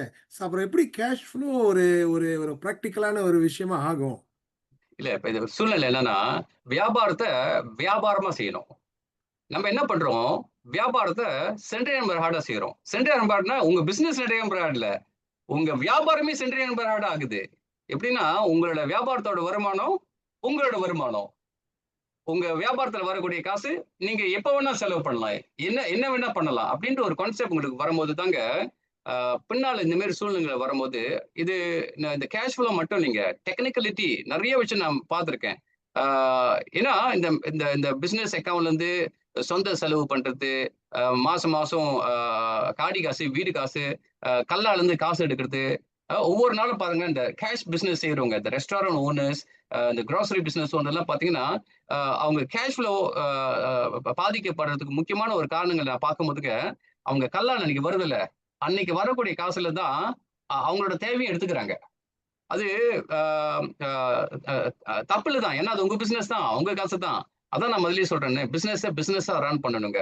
இல்லன்னா, இந்த மாரி தான் உங்களுக்கு வந்து அத கட்டுக்காக்க முடியாது. வியாபாரத்த வியாபாரமா பண்ணணும். ரிசர்வ் நீங்க அ அ அலோகேட் பண்ணி ஆகணும். லாப ஈடு இப்ப ஒரு ஒரு வியாபார ஓனரா இருக்கிறீங்க. நீங்க வந்து லாபம் வந்து வருஷ கடைசில தான் நீங்க அத பத்தி யோசிக்கணுமே தவிர, ஒவ்வொரு நாளும், ஒவ்வொரு வாரமும், ஒவ்வொரு மாச கடைசியிலும் லாபத்த எடுத்துக்க முடியுன்ற மைண்ட் செட் உங்ககிட்ட இருக்கக்கூடாது. லாபம் எப்ப எடுக்கணும்? ஒரு வருஷம் ஒரு பிசினஸ் செஞ்சுட்டீங்க. உங்க பிசினஸ நல்லா செஞ்சிருக்கீங்க. உங்க பிசினஸ் ப்ராஃபிட் வந்திருக்கு. அதுலருந்து ஒரு செர்டைன் அமௌண்ட்ட வந்து நீங்க உங்களுக்கு அ அ லாபமா நீங்க டிவிடெண்டா நீங்க எடுத்துக்கலாம். உங்களுக்கு ஒரு ப்ராஃபிட் ஷேரிங்கா எடுத்துக்கலாம். பட் அதுலருந்து ஒரு பங்கு வந்து எப்போதுமே ஒரு ரிசர்வ்ல நீங்க வச்சுக்கிட்டே வரணும் கப்பா. இது ரொம்ப அ முக்கியம். ஆனா பெரும்பாலான பார்த்தீங்கன்னா, அந்த மைண்ட் செட் எப்படி இருக்குன்னா, ஏன்னா நம்ப வாழ்க்கைய நடத்துறதுக்கு பணம் ரொம்ப தேவை. ஏன்னா நம்மளுக்கு செலவு இருக்குது. ரைட்? ஸோ அந்த நம்மளோட வருமானம் நம்மளோட செலவுக்கு தகுந்த மாரி இல்லாதபோது, தென் அப்பதான் வந்து அந்த கேஷ்ல வந்து கை வைக்கிறாங்க பாருங்களேன். ஏன்னா நம்மளோட பெர்சனல் செலவுகள்லாம் வந்து தேவைகள் இருக்குது. அதுக்கு தகுந்த செலவுகளும் இருக்குது.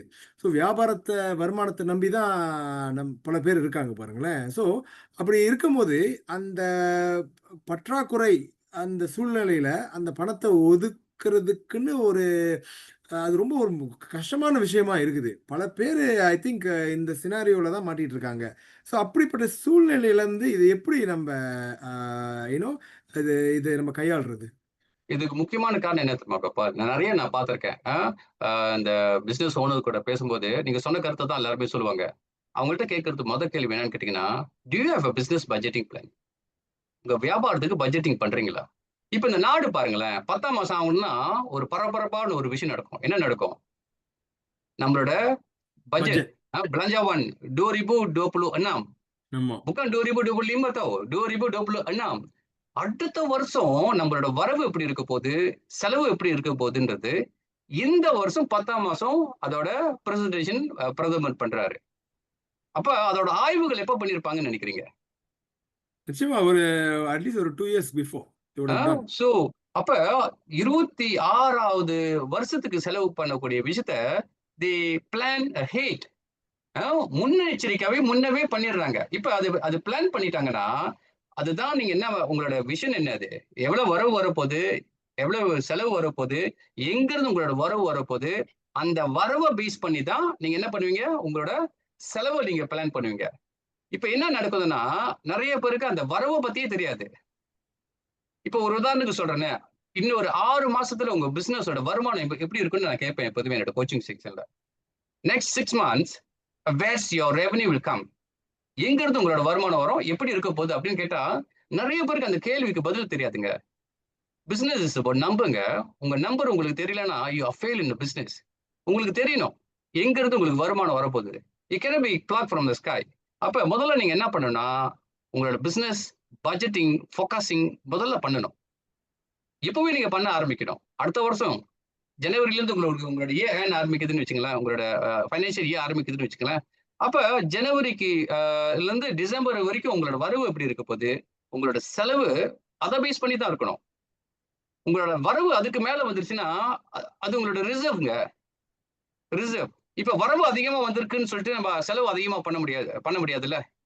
இப்ப ஒரு கண்டிப்பா. வியாபாரம் நம்ம குடும்பம் பண்ணும்போதுங்க, எங்க அப்பா கிட்ட கத்துக்கிட்ட ஒரு விஷயம் கோப்பா. எனக்கு 7 வயசுல இருந்து தெரிஞ்சு, எங்க அப்பா வந்து என்ன பண்ணுவாருன்னா, பட்ஜெட்டிங் பண்ணுவாருங்க. குடும்பமே பட்ஜெட் பண்ணி தான் பண்ணுவாரு. அவர் எப்படி பண்ணுவாருன்னா, சம்பளம் வர்றதுக்கு முன்னாடி அடுத்த மாசம் இவ்வளவு சம்பளம் வரப்போது. மாசம் மாசம் இவ்வளவு பில்ஸ் இருக்கு. இதெல்லாம் ம். கட்டிறணும். அத மிஞ்சி தாங்க குடும்ப செலவு. அப்படின்னா, இந்த இந்த குரோசரி ஷாப்பிங் எல்லாமே அந்த பில்ஸ் எல்லாமே கட்டின பிறகு தான் அதுல பேலன்ஸ் என்ன இருக்கோ, அதுதான் மத்ததுன்னு சொல்லுவாரு. அப்ப அது அதுதான் ஒரு முக்கிய காரணமோ என்னமோ தெரியல. ஐ டிட் மை அக்கவுண்டன்சி பாருங்க. அந்த பட்ஜெட்டிங் ரொம்ப முக்கியங்க. எங்க அப்பாகிட்ட நான் பார்த்த ஒரு விஷயம் என்னன்னா, அவருக்கு கடனே இருந்தது இல்ல கோபால். கடனே இருந்ததில்ல. அப்புறம் அவுட்ஸ்டாண்டிங் பில் அவர் வாழ்க்கையில நான் பார்த்ததே இல்ல. Outstanding bill. 1 மாசம் கூட அவுட்ஸ்டாண்டிங் பில் இருந்ததில்ல. இதுக்கு என்ன ம். காரணம்னு கேட்டீங்கன்னா, டிசிப்ளின். வியாபாரத்துல அது ரொம்ப முக்கியங்க. டிசிப்ளின். ஆனா நம்ம என்ன பண்றோம் வியாபாரத்துல? இது நம்ம பிசினஸ்ல. சென்ட்ரியான் பிராட்ல. ஓகே. இன்னைக்கு தேவைகள் வருது. உடனே நம்ம என்ன பண்றோம்? நம்ம கல்லால நம்மளே காசு கை வைக்கிறோம். ஓகே. நம்ம வரவுல நம்மளே காசு எடுக்கிறோம். ஓகே. உங்களுக்குன்னு ஒரு ஒரு சம்பளத்த வச்சிருக்கணும். அந்த சம்பளத்துல தான் உங்க சொந்த செலவ நீங்க பார்க்கணுமே தவிர, உங்க வியாபார வருமானத்துல நீங்க செலவு பண்ணக்கூடாது. முதல்லங்க இந்த பிரச்சனைய கையாளணும்னா, யூ நீட் பட்ஜெட் ஃபோர்காஸ்டிங். உங்களோட அ கேஷ் ஃப்ளோ ஃபோர்காஸ்டிங் நீங்க பண்ணணும். அடுத்த வருஷம் எப்படி இருக்க போகுது உங்களோட கேஷ் ஃப்ளோ? உங்களோட இன்கம் எப்படி இருக்க போகுது? உங்களோட அவுட்கம் எப்படி இருக்க போகுது? ஓகே. இத பேஸ் பண்ணி தான் உங்க வியாபாரத்த நடத்தணுமே தவிர, அ உங்க இஷ்டத்துக்கு நீங்க பண்ணக்கூடாது. Right, right, right. Um uh so what do you think is the fundamental of cash flow? அந்த கேஷ் ஃப்ளோ பாசிட்டிவா ஆக்குறதுக்கு என்ன சில விஷயங்கள் வந்து நம்மளோட அ ஐ மீன் இது வந்து பிசினஸ் அ அ பண்றவங்களுக்கு மட்டும் பொருந்தாது. Even individuals running a house hold அவங்களுக்கும் இது ரொம்ப முக்கியமான ஒரு ஒரு ஒரு பயிற்சியா இருக்கும். அ இந்த இந்த கேஷ் ஃப்ளோ பாசிட்டிவ் அத வர்றதுக்கு என்னென்னலாம் சில விஷயங்கள் முக்கியமா யூ நோ பண்ண வேண்டிய விஷயங்கள்? இது ரொம்ப முக்கியம். ஒண்ணு வந்து டிசிப்ளின்ங்க. நீங்க வந்து ஒரு ஒரு பிசினஸ் ஓனரா இருந்தாலும் சரி, ஒரு ஒரு ஹவுஸ் ஹோல்ட் மெம்பரா இருந்தாலும் சரி, உங்க வீட்டு வரவும் சரி, உங்க பிசினஸ் வரவும் சரி, செலவும் சரி, உங்களுக்கு முதல் டிசிப்ளின் இருக்கணும். இதுதான் பண்ணணும்னா, இதுதான் நீங்க பண்ணணும். அத மீறி நீங்க பண்ணக்கூடாது. நமக்கு எப்போதுமே அ ஒரு ஒரு எக்ஸ்பெக்டேஷன் இருக்கும். அ ஒரு நல்ல வரவு வந்தோனே நம்மளோட லைஃப் ஸ்டைல மாத்தணும். நம்மளோட ஸ்டேட்டஸ நம்ம மாத்தணும் அப்படின்னு நம்ம நெனைப்போம். ஸ்டேட்டஸ் வந்துங்க உங்க கேஷ் ஃப்ளோல தான் இருக்குதுங்க. நீங்க ஓட்டுற காடியில இல்ல. நீங்க இருக்கிற அ வீட்டுல இல்ல. கேஷ் ஃப்ளோ இல்லன்னா, அவ்வளோ பெரிய நெறைய பேர நம்ம பார்த்துருக்கோம். பெரிய காடி பாய்க்கலாம், பெரிய வீட்ல இருக்கலாம். ஆனா கடன் தொல்லை தாங்க முடியாத கடன் தொல்லை அவங்களுக்கு இருக்கும். நிம்மதி இருக்காது, சந்தோஷம் இருக்காது. ஆனா சில பேர் பாருங்களேன், ரொம்ப சிம்பிளா இருப்பாங்க, ஹம்பிளா இருப்பாங்க.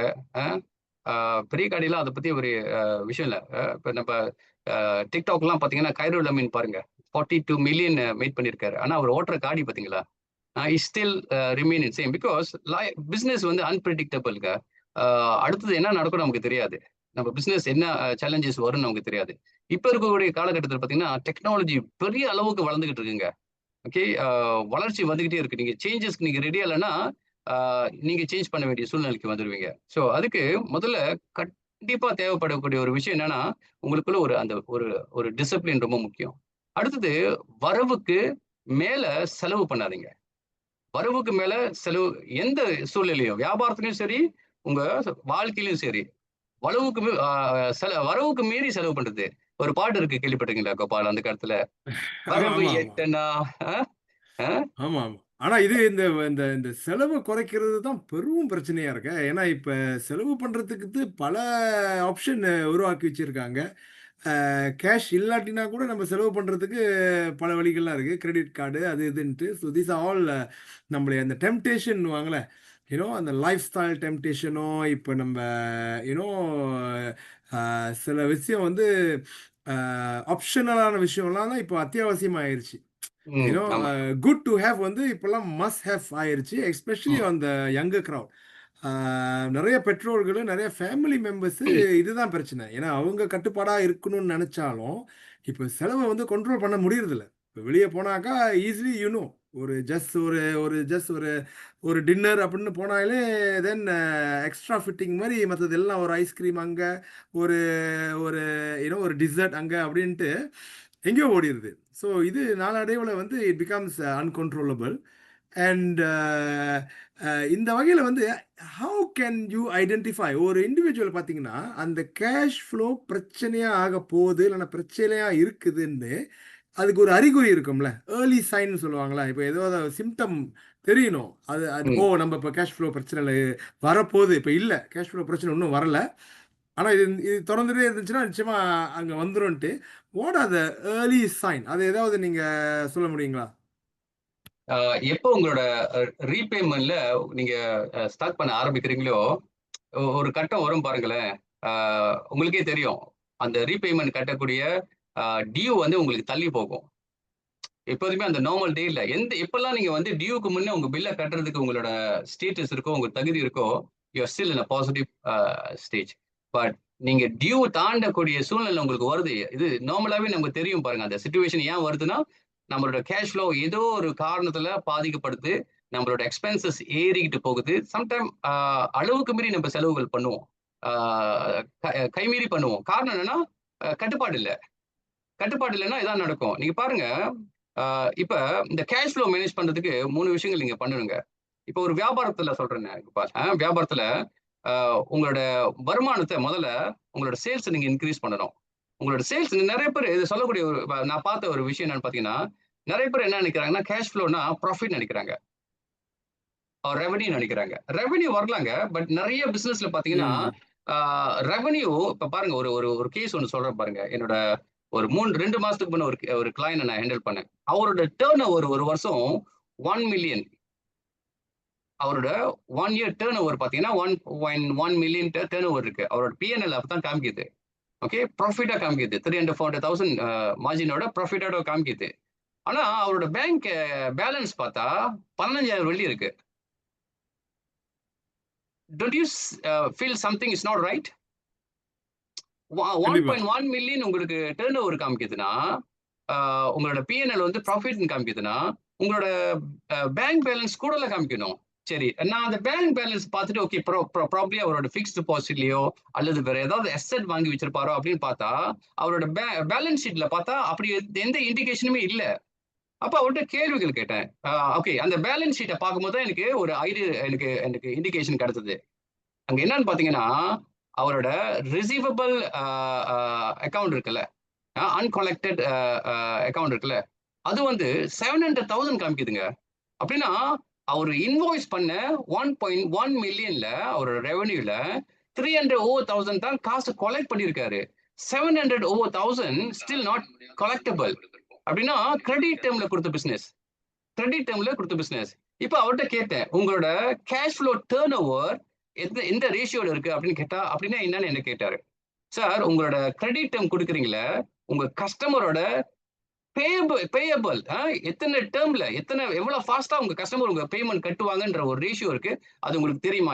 எத்தனை நாளுக்குள்ள கட்டுவாங்க? உங்களுக்கு அந்த அந்த கால்குலேஷன் தெரியுமா அப்படின்னு கேட்டதுக்கு, இல்ல சார், என்னோட கஸ்டமர் எல்லாம் பாத்தீங்கன்னா 3 மாசம் எடுக்கும், சம்டைம் 6 மாசம் எடுக்கும் அப்படின்றாரு. அப்ப இங்க என்ன நடக்குதுன்னு பாத்தீங்கன்னா அவரோட business in a paper it's look nice, but in reality it is in a very horror stage. இன்னும் ஒரு வருஷம் அந்த பிசினஸ் ரன் பண்ணாருன்னா, அவர்கிட்ட சொன்னேன், இன்னும் ஒரு வருஷம் இந்த பிசினஸ் எப்படியே நீங்க ரன் பண்ணீங்கன்னா most probably your business will fail. நீங்க ஒரு ஏன்னா அவர் இந்த பார்க்கும்போது எதுக்கு வந்தாருன்னா கடன் எடுக்கிறதுக்காக, லோன் எடுக்கணும், ஃபைனான்சிங் பண்ணணும், இதுக்கு ஆலோசனை கேட்கறதுக்காக வந்தாரு. அப்ப இந்த மாதிரி ஸ்டேஜ்ல இருக்கும்போது எந்த பேங்க் உங்களுக்கு லோன் கொடுப்பாங்கன்னு நினைக்கிறீங்க? எந்த பேங்க் உங்களுக்கு லோன் கொடுப்பாங்க? உங்களோட பேப்பர்ஸ் தான் காமிக்குது 1.1 மில்லியன் உங்களுக்கு ரெவன்யூ இருக்கு, உங்களுக்கு 300,000 நெட் ப்ராஃபிட் காமிக்குது. அந்த நெட் ப்ராஃபிட் கண்ணுல பார்க்க முடியலையே. எப்படி கண்ணுல பார்க்க முடியும்? உங்க பேங்க் கண்டிப்பா. பேலன்ஸ்ல இல்லையே. உங்க பேங்க் பேலன்ஸ்ல இல்லையே. அல்லது அசெட்ல இருக்கணுமே, லிக்விடபிள் அசெட்டாவது இருக்கணுமே, எதுவுமே இல்லைங்க. அப்ப இந்த இந்த ஸ்டேட்ல பாத்தீங்கன்னா அவரோட cash flow was in a very bad situation. இப்ப சொல்லுங்க கப்பா. இல்ல சரி. நான் அந்த ஓகே. ஒரு ஒரு ஒரு ஒரு வியாபாரி அவங்க எப்படி அவங்களோட கம்பெனி கேஷ் ஃப்ளோ நல்லா இருக்கா இல்லையான்னு எப்படி அவங்க தெரிஞ்சுக்கிறது? Is there anything, any document to refer more then நீங்க சொன்னீங்களே balance sheet and all this things இப்போ நம்ம மக்கள் நிறைய பேர் இருப்பாங்க. மேபி அவங்களுக்கு இந்த இந்த டெக்னிக்கல் டேர்ம்லாம் மேபி புரியாமல் இருக்கலாம். பட் ஒரு சிம்பிளாக ஒரு விளங்கக்கூடிய முறையில் சொல்லுங்க. ஒரு ஒரு பிஸ்னஸ் பர்சன் எப்படி அவங்களுக்கு கேஷ் ஃப்ளோ பாசிட்டிவா இல்லை ஹெல்த்தியா இருக்கா, பாசிட்டிவ் தேவையில்ல, ஹெல்த்தியா இருக்கா இல்லையான்னு எப்படி அவங்க கண்டுபிடிக்கிறது? 2 விஷயம். ரொம்ப சிம்பிளா ஒரு கேள்வி கேட்கிறேன். இப்ப நீங்க ஒரு பிசினஸ் ரன் பண்ணிக்கிட்டே இருக்கீங்க. நாளைக்கு வந்து உடனே உங்களுக்கு வந்து ஒரு ஒரு 20,000 வெள்ளி பணம் தேவைப்படுது உங்க பிசினஸ்ல. எங்க இருக்கு நீங்க முதல்ல பார்ப்பீங்க? ம். உங்க பேங்க் பேலன்ஸ்ல இருக்குதான்னு தான் முதல்ல பார்ப்பீங்க. அந்த ஆமா. 20,000 வெள்ளி இருக்குதான்னு பேங்க் பேலன்ஸ்ல பார்ப்பீங்க. ஆமாவா இல்லையா? சோ ஆமா. உங்க கேஷ் ஃப்ளோ எங்க ஸ்ட்ராங்கா இருக்குன்னா, முதல்ல பேங்க் பேலன்ஸ் உங்களுக்கு ஸ்ட்ராங்கா இருக்கணுங்க. நிறைய பேர் ம். வந்து என்ன பண்ணுவாங்கன்னா, ஓகே, பேங்க் பேலன்ஸ்ல வந்து உங்களுக்கு இருக்கும்போது, உங்களுக்கு வந்து பெரிய அளவுக்கு வட்டி இருக்காதுன்றனால, நிறைய பிசினஸ் ஓனர் என்ன பண்ணுவாங்க, அந்த அந்த அந்த ரிசர்வ் காசை கொண்டு போயிட்டு ஒரு ஃபிக்ஸ்ட் டெபாசிட்டோ அல்லது ஒரு இன்வெஸ்ட்மெண்ட்ல போட்டு வச்சிருப்பாங்க. ஒரு பாதுகாப்பா ஹை ரிட்டர்னுக்கு இருக்கக்கூடிய இன்வெஸ்ட்மெண்ட்ல போட்டிருப்பாங்க. இதெல்லாம் என்னன்னு சொல்லுவாங்கன்னா, ஃபாஸ்ட் லிக்விடிட்டி கேஷ் ஃப்ளோன்னு சொல்லுவோம். அப்படின்னா நீங்க நினைச்ச உடனே உங்களால லிக்விடேட் பண்ண முடியும். ஆ? 2 வகையா இருக்கு. லிக்விடேஷன் வந்துட்டு ஒன்னு ஃபாஸ்ட் லிக்விடேட், இன்னொன்று வந்து லாங் டேர்ம் லிக்விடேட். அதாவது அது லிக்விடேட் இப்போ ப்ராப்பர்ட்டி எல்லாம் வாங்கியிருக்கீங்கன்னு வச்சுங்களேன். சில பேர் நிலம்லாம் வாங்கி வச்சிருப்பாங்க, ப்ராப்பர்ட்டி வாங்கி வச்சிருப்பாங்க, வாகனங்களை வாங்கி வச்சிருப்பாங்க. இதெல்லாம் உடனே நீங்க கேஷ் அவுட் பண்ண முடியாது. ஆனா நீங்க பேங்க்ல இருக்கக்கூடிய காசு, உங்க ஃபிக்ஸ்ட் டெபாசிட்ல இருக்கக்கூடிய காசு, அல்லது ஏதோ ஒரு ஒரு இன்வெஸ்ட்மெண்ட்ல நீங்க போட்டு வச்சிருக்க காசு, இதை நீங்க உடனே லிக்விடேட் பண்ண முடியும் உங்க தேவைக்கு ஏத்த மாதிரி. சோ இது ரொம்ப முக்கியம். இது எங்க பார்க்கலாம்னு பாத்தீங்கன்னா, உங்க பேலன்ஸ் ஷீட் ஒரு ஒரு ஒரு பிசினஸ்ல ஃபைனான்சியல் ஸ்டேட்மெண்ட் நீங்க செய்யும்போது ப்ராஃபிட் அண்ட் லாஸ் காமிக்கும். ப்ராஃபிட் அண்ட் லாஸ் என்னன்னா, உங்களோட வருமானம், உங்களோட பிசினஸ் எவ்வளவு சேல்ஸ் வந்திருக்கு, உங்களோட செலவு எவ்வளவு நீங்க பண்ணிருக்கீங்க அப்படின்னு சொல்லி காமிக்கும். ஆனா உங்களோட பேலன்ஸ் ஷீட் தாங்க உங்களோட ரியல் சிச்சுவேஷனே காமிக்கும். உங்க வியாபாரத்துல சூழ்நிலை நிலைய உங்களோட பேலன்ஸ் ஷீட் தான் காமிக்கும். உங்களோட அசெட் எப்படி இருக்கு, உங்களோட கேஷ் இன் ஹேண்ட் எவ்வளவு இருக்கு, பேங்க்ல எவ்வளவு பேலன்ஸ் இருக்கு, எங்க லிக்விடபிள் கேஷ் வச்சிருக்கீங்க, அசெட் வச்சிருக்கீங்க. இதை பேஸ் பண்ணி தான் ஒரு ஒரு பிசினஸ் ரன் பண்ணணும். நீங்க பாருங்க, இடையில ஒரு கிளையண்ட், இவர் வந்துட்டுங்க ஒரு ஒரு கவர்மெண்ட் கான்ட்ராக்டர். அவரு அவரோட அவரோட ப்ராஜெக்ட் காசு கேஷ் பாத்தீங்கன்னா குறைஞ்சது 6 மாசத்துக்கு மேல பிடிக்கும் அவருக்கு கவர்மெண்ட் வந்து காசு கிடைக்கிறதுக்கு. ஆனா ஏறக்குறைய ஒரு ஒரு 10 வருஷமா பிசினஸ் செய்யறாரு. அவர் வந்து ஒரு 2 மில்லியன் லோன் நான் அப்ளை பண்ணேன் சார் கவர்மெண்ட்ல ஒரு ஃபைனான்சிங்க்கு. ஸோ இது என்னோட டாக்குமெண்ட்லாம் பார்த்துட்டு கிடைக்குமா அப்படின்னு சொல்லி ஒரு ஆலோசனை கொடுங்கன்னு சொல்லி கொடுத்தாரு. நான் அவரோட டாக்குமெண்ட்லாம் பார்த்துட்டு நான் சொன்னேன், சார் நீங்க என்னோட ஆலோசனையும் தேவையில்லை, இந்த டாக்குமெண்ட் கொண்டு போயிட்டு இந்த பர்டிகுலர் பேங்க்ல போய் கொடுங்க, நீங்க கேட்கற 2 மில்லியன் கொடுத்துருவாங்க அப்படின்னு சொன்னேன். என்ன சார் ஏன் இதெல்லாம் எப்படி சொல்றீங்க அப்படின்னு கேட்டாரு. நீங்க பாத்தீங்கன்னா அவரோட டேர்ன் ஓவர் இருந்தாலுமே கூட பாத்தீங்கன்னா 3 விஷயம் நாங்க பாத்துங்க. ஒன்னு ஃபாஸ்ட் லிக்விடேட் கேஷ். அவருடைய பேலன்ஸ் ஷீட்ல வந்துட்டு அவரோட பேங்க் பேலன்ஸே பாத்தீங்கன்னா 2.8 மில்லியன் இருக்கு. கோபால் பேங்க் பேலன்ஸே 2.8 மில்லியன் இருக்கு. அப்புறம் பாத்தீங்கன்னா அன்கலெக்டட் ரிகவரி டெப்ட் பாத்தீங்கன்னா ஏற்கனவே வந்து 2.4 மில்லியன் இருக்குது. அசெட் பாத்தீங்கன்னா ஒரு 6 மில்லியனுக்கு அசெட் இருக்கு. அந்த அசெட்ல பாத்தீங்கன்னா மிஷினரி வச்சிருக்காரு, ஃபேக்டரி வச்சிருக்காரு, அப்புறம் நிலம் வச்சிருக்காரு. நான் சொன்னேன் இதெல்லாம் ஒரு 10 இருந்தாலுமே உங்க லிக்விடேட் ரேஷியோ பாத்தீங்கன்னா அவரோட பேலன்ஸ் ஷீட் வந்து 40% காமிக்குது. ஸோ அவரோட கேட்கக்கூடிய லோன் வந்து 2 மில்லியன் தான். அவரோட டேர்ன் ஓவர்ல பார்த்தாலே அந்த அந்த ரீபேமெண்ட் கட்டக்கூடிய எல்லா கிரெடிபிலிட்டிஸும் இருக்கு. ஏன்னா they have a very strong cash flow. இப்ப இந்த மாதிரி சுச்சுவேஷன்ல இருக்கக்கூடியவங்க நீங்க யாருக்கிட்ட போய் கடன் கேட்டாலுமே உங்களுக்கு உடனே தூக்கி கொடுத்துருவாங்கங்க. Especially bankers. ஏன்னா bankers like this kind of business person. 10 வருஷம் ரன் பண்ணியிருக்காரு. 2.8 மில்லியன் அவரோட பேங்க்ல பேலன்ஸ் வச்சிருக்காரு. இன்னொரு ஸ்டோரி சொல்றேன் பாருங்க. இந்த இந்த வியாபாரி வந்து ஒரு 8 கடை வச்சிருக்காருங்க. 8 கடை வச்சிருக்காரு. 20 வருஷமா அந்த பிசினஸ் பண்ணிக்கிட்டு இருக்காரு. 20 வருஷமா அந்த பிசினஸ்ல இருக்கிறாரு. என்கிட்ட இதே ஆலோசனைக்கு தான் வந்தாரு. சார் எனக்கு இத பார்த்துட்டு எனக்கு ஏதாவது லோன் ஏதாவது எடுத்து கொடுங்க. ரொம்ப தேவையான ஒரு சிச்சுவேஷன்ல இருக்கிறேன் அப்படின்னு சொன்னாரு. சரி 20 வருஷம் வேலை செய்யவருக்கு 10 வருஷம் பிசினஸ் செஞ்சவருக்கே 2.8 மில்லியன் இருக்குன்னா 20 வருஷம் 8 கடையை வச்சு ரன் பண்ணிட்டு இருக்காரு. இவருக்கு எவ்வளவு பிசினஸ் கேஷ் ஃப்ளோ வந்துருக்கணும் பேங்க்ல? கண்டிப்பா, அட்லீஸ்ட் நிச்சயமா அதிகமா. அட்லீஸ்ட் ஒரு 100, 200,000 இருக்கணும் பாருங்களேன். அங்க பாத்தீங்கன்னா அவரோட பேலன்ஸ் 1000 சொச்சொலி தான் காமிக்குதுங்க பேங்க்ல.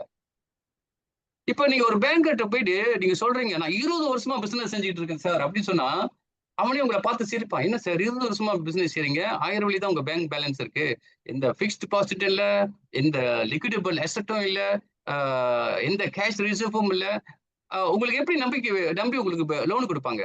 கண்டிப்பா கொடுக்க மாட்டாங்க. சோ கேஷ் ஃப்ளோ வந்து லிக்விடபிள் கேஷ் ஒவ்வொரு வருஷமும் ஒவ்வொரு மாசமும் உங்க பிசினஸ்ல வரக்கூடிய வருமானத்துல 20% உங்களோட ப்ராஃபிட்ல இருந்து 20% கண்டிப்பா ஒரு ரிசர்வ்ல நீங்க ஒதுக்கி ஆகணும். இல்ல சார் அது அது ஒதுக்குனா எனக்கு கொஞ்சம் கையை கடிக்கும் சார், காலை கடிக்கும் சார். உங்க குடும்பமா இருந்தாலுமேங்க 20% உங்களோட ரிசர்வ்ல நீங்க ஒதுக்கியே ஆகணும். அதை எப்ப பண்றீங்களோ அப்பதான் உங்களோட வியாபாரம் வந்து ஒரு ஒரு நல்ல நிலைமைக்கு வரும். இந்த மாதிரி லிக்விடேட் பண்ணும்போது உங்களுக்கு உடனே கேஷ் தேவைப்படுதுன்னா நீங்க வேற எங்கேயுமே யோசிக்க வேணாங்க. நிறைய பிசினஸ் சைனீஸ் பிசினஸ்லாம் பாத்தீங்கன்னா நிறைய அவங்க வந்து லோன் எடுத்து கடன் உதவி எடுத்து தான் அவங்க பிசினஸ் முன்னுக்கு கொண்டுட்டு வராங்க. ஆனா அவங்களுக்கு தெரியுங்க கடனை எடுத்து அந்த கடன் காசை எடுத்து பணத்தை எப்படி மல்டிபிள் பண்றதுன்னு அவங்களுக்கு கணக்கு தெரியும். நம்ம என்ன பண்றோம்? கடன் எடுத்து காலம் முழுசும் கடனை கட்டிக்கிட்டு இருக்கோம். 2க்கும் வித்தியாசம் இருக்குல்ல. கடன் எடுத்து கண்டிப்பா. காலம் முழுசும் கடனை கட்டிக்கிட்டு இருக்கோம். அவன் அந்த கடன் எடுத்து 10 மடங்கு ஆக்கிருவான்.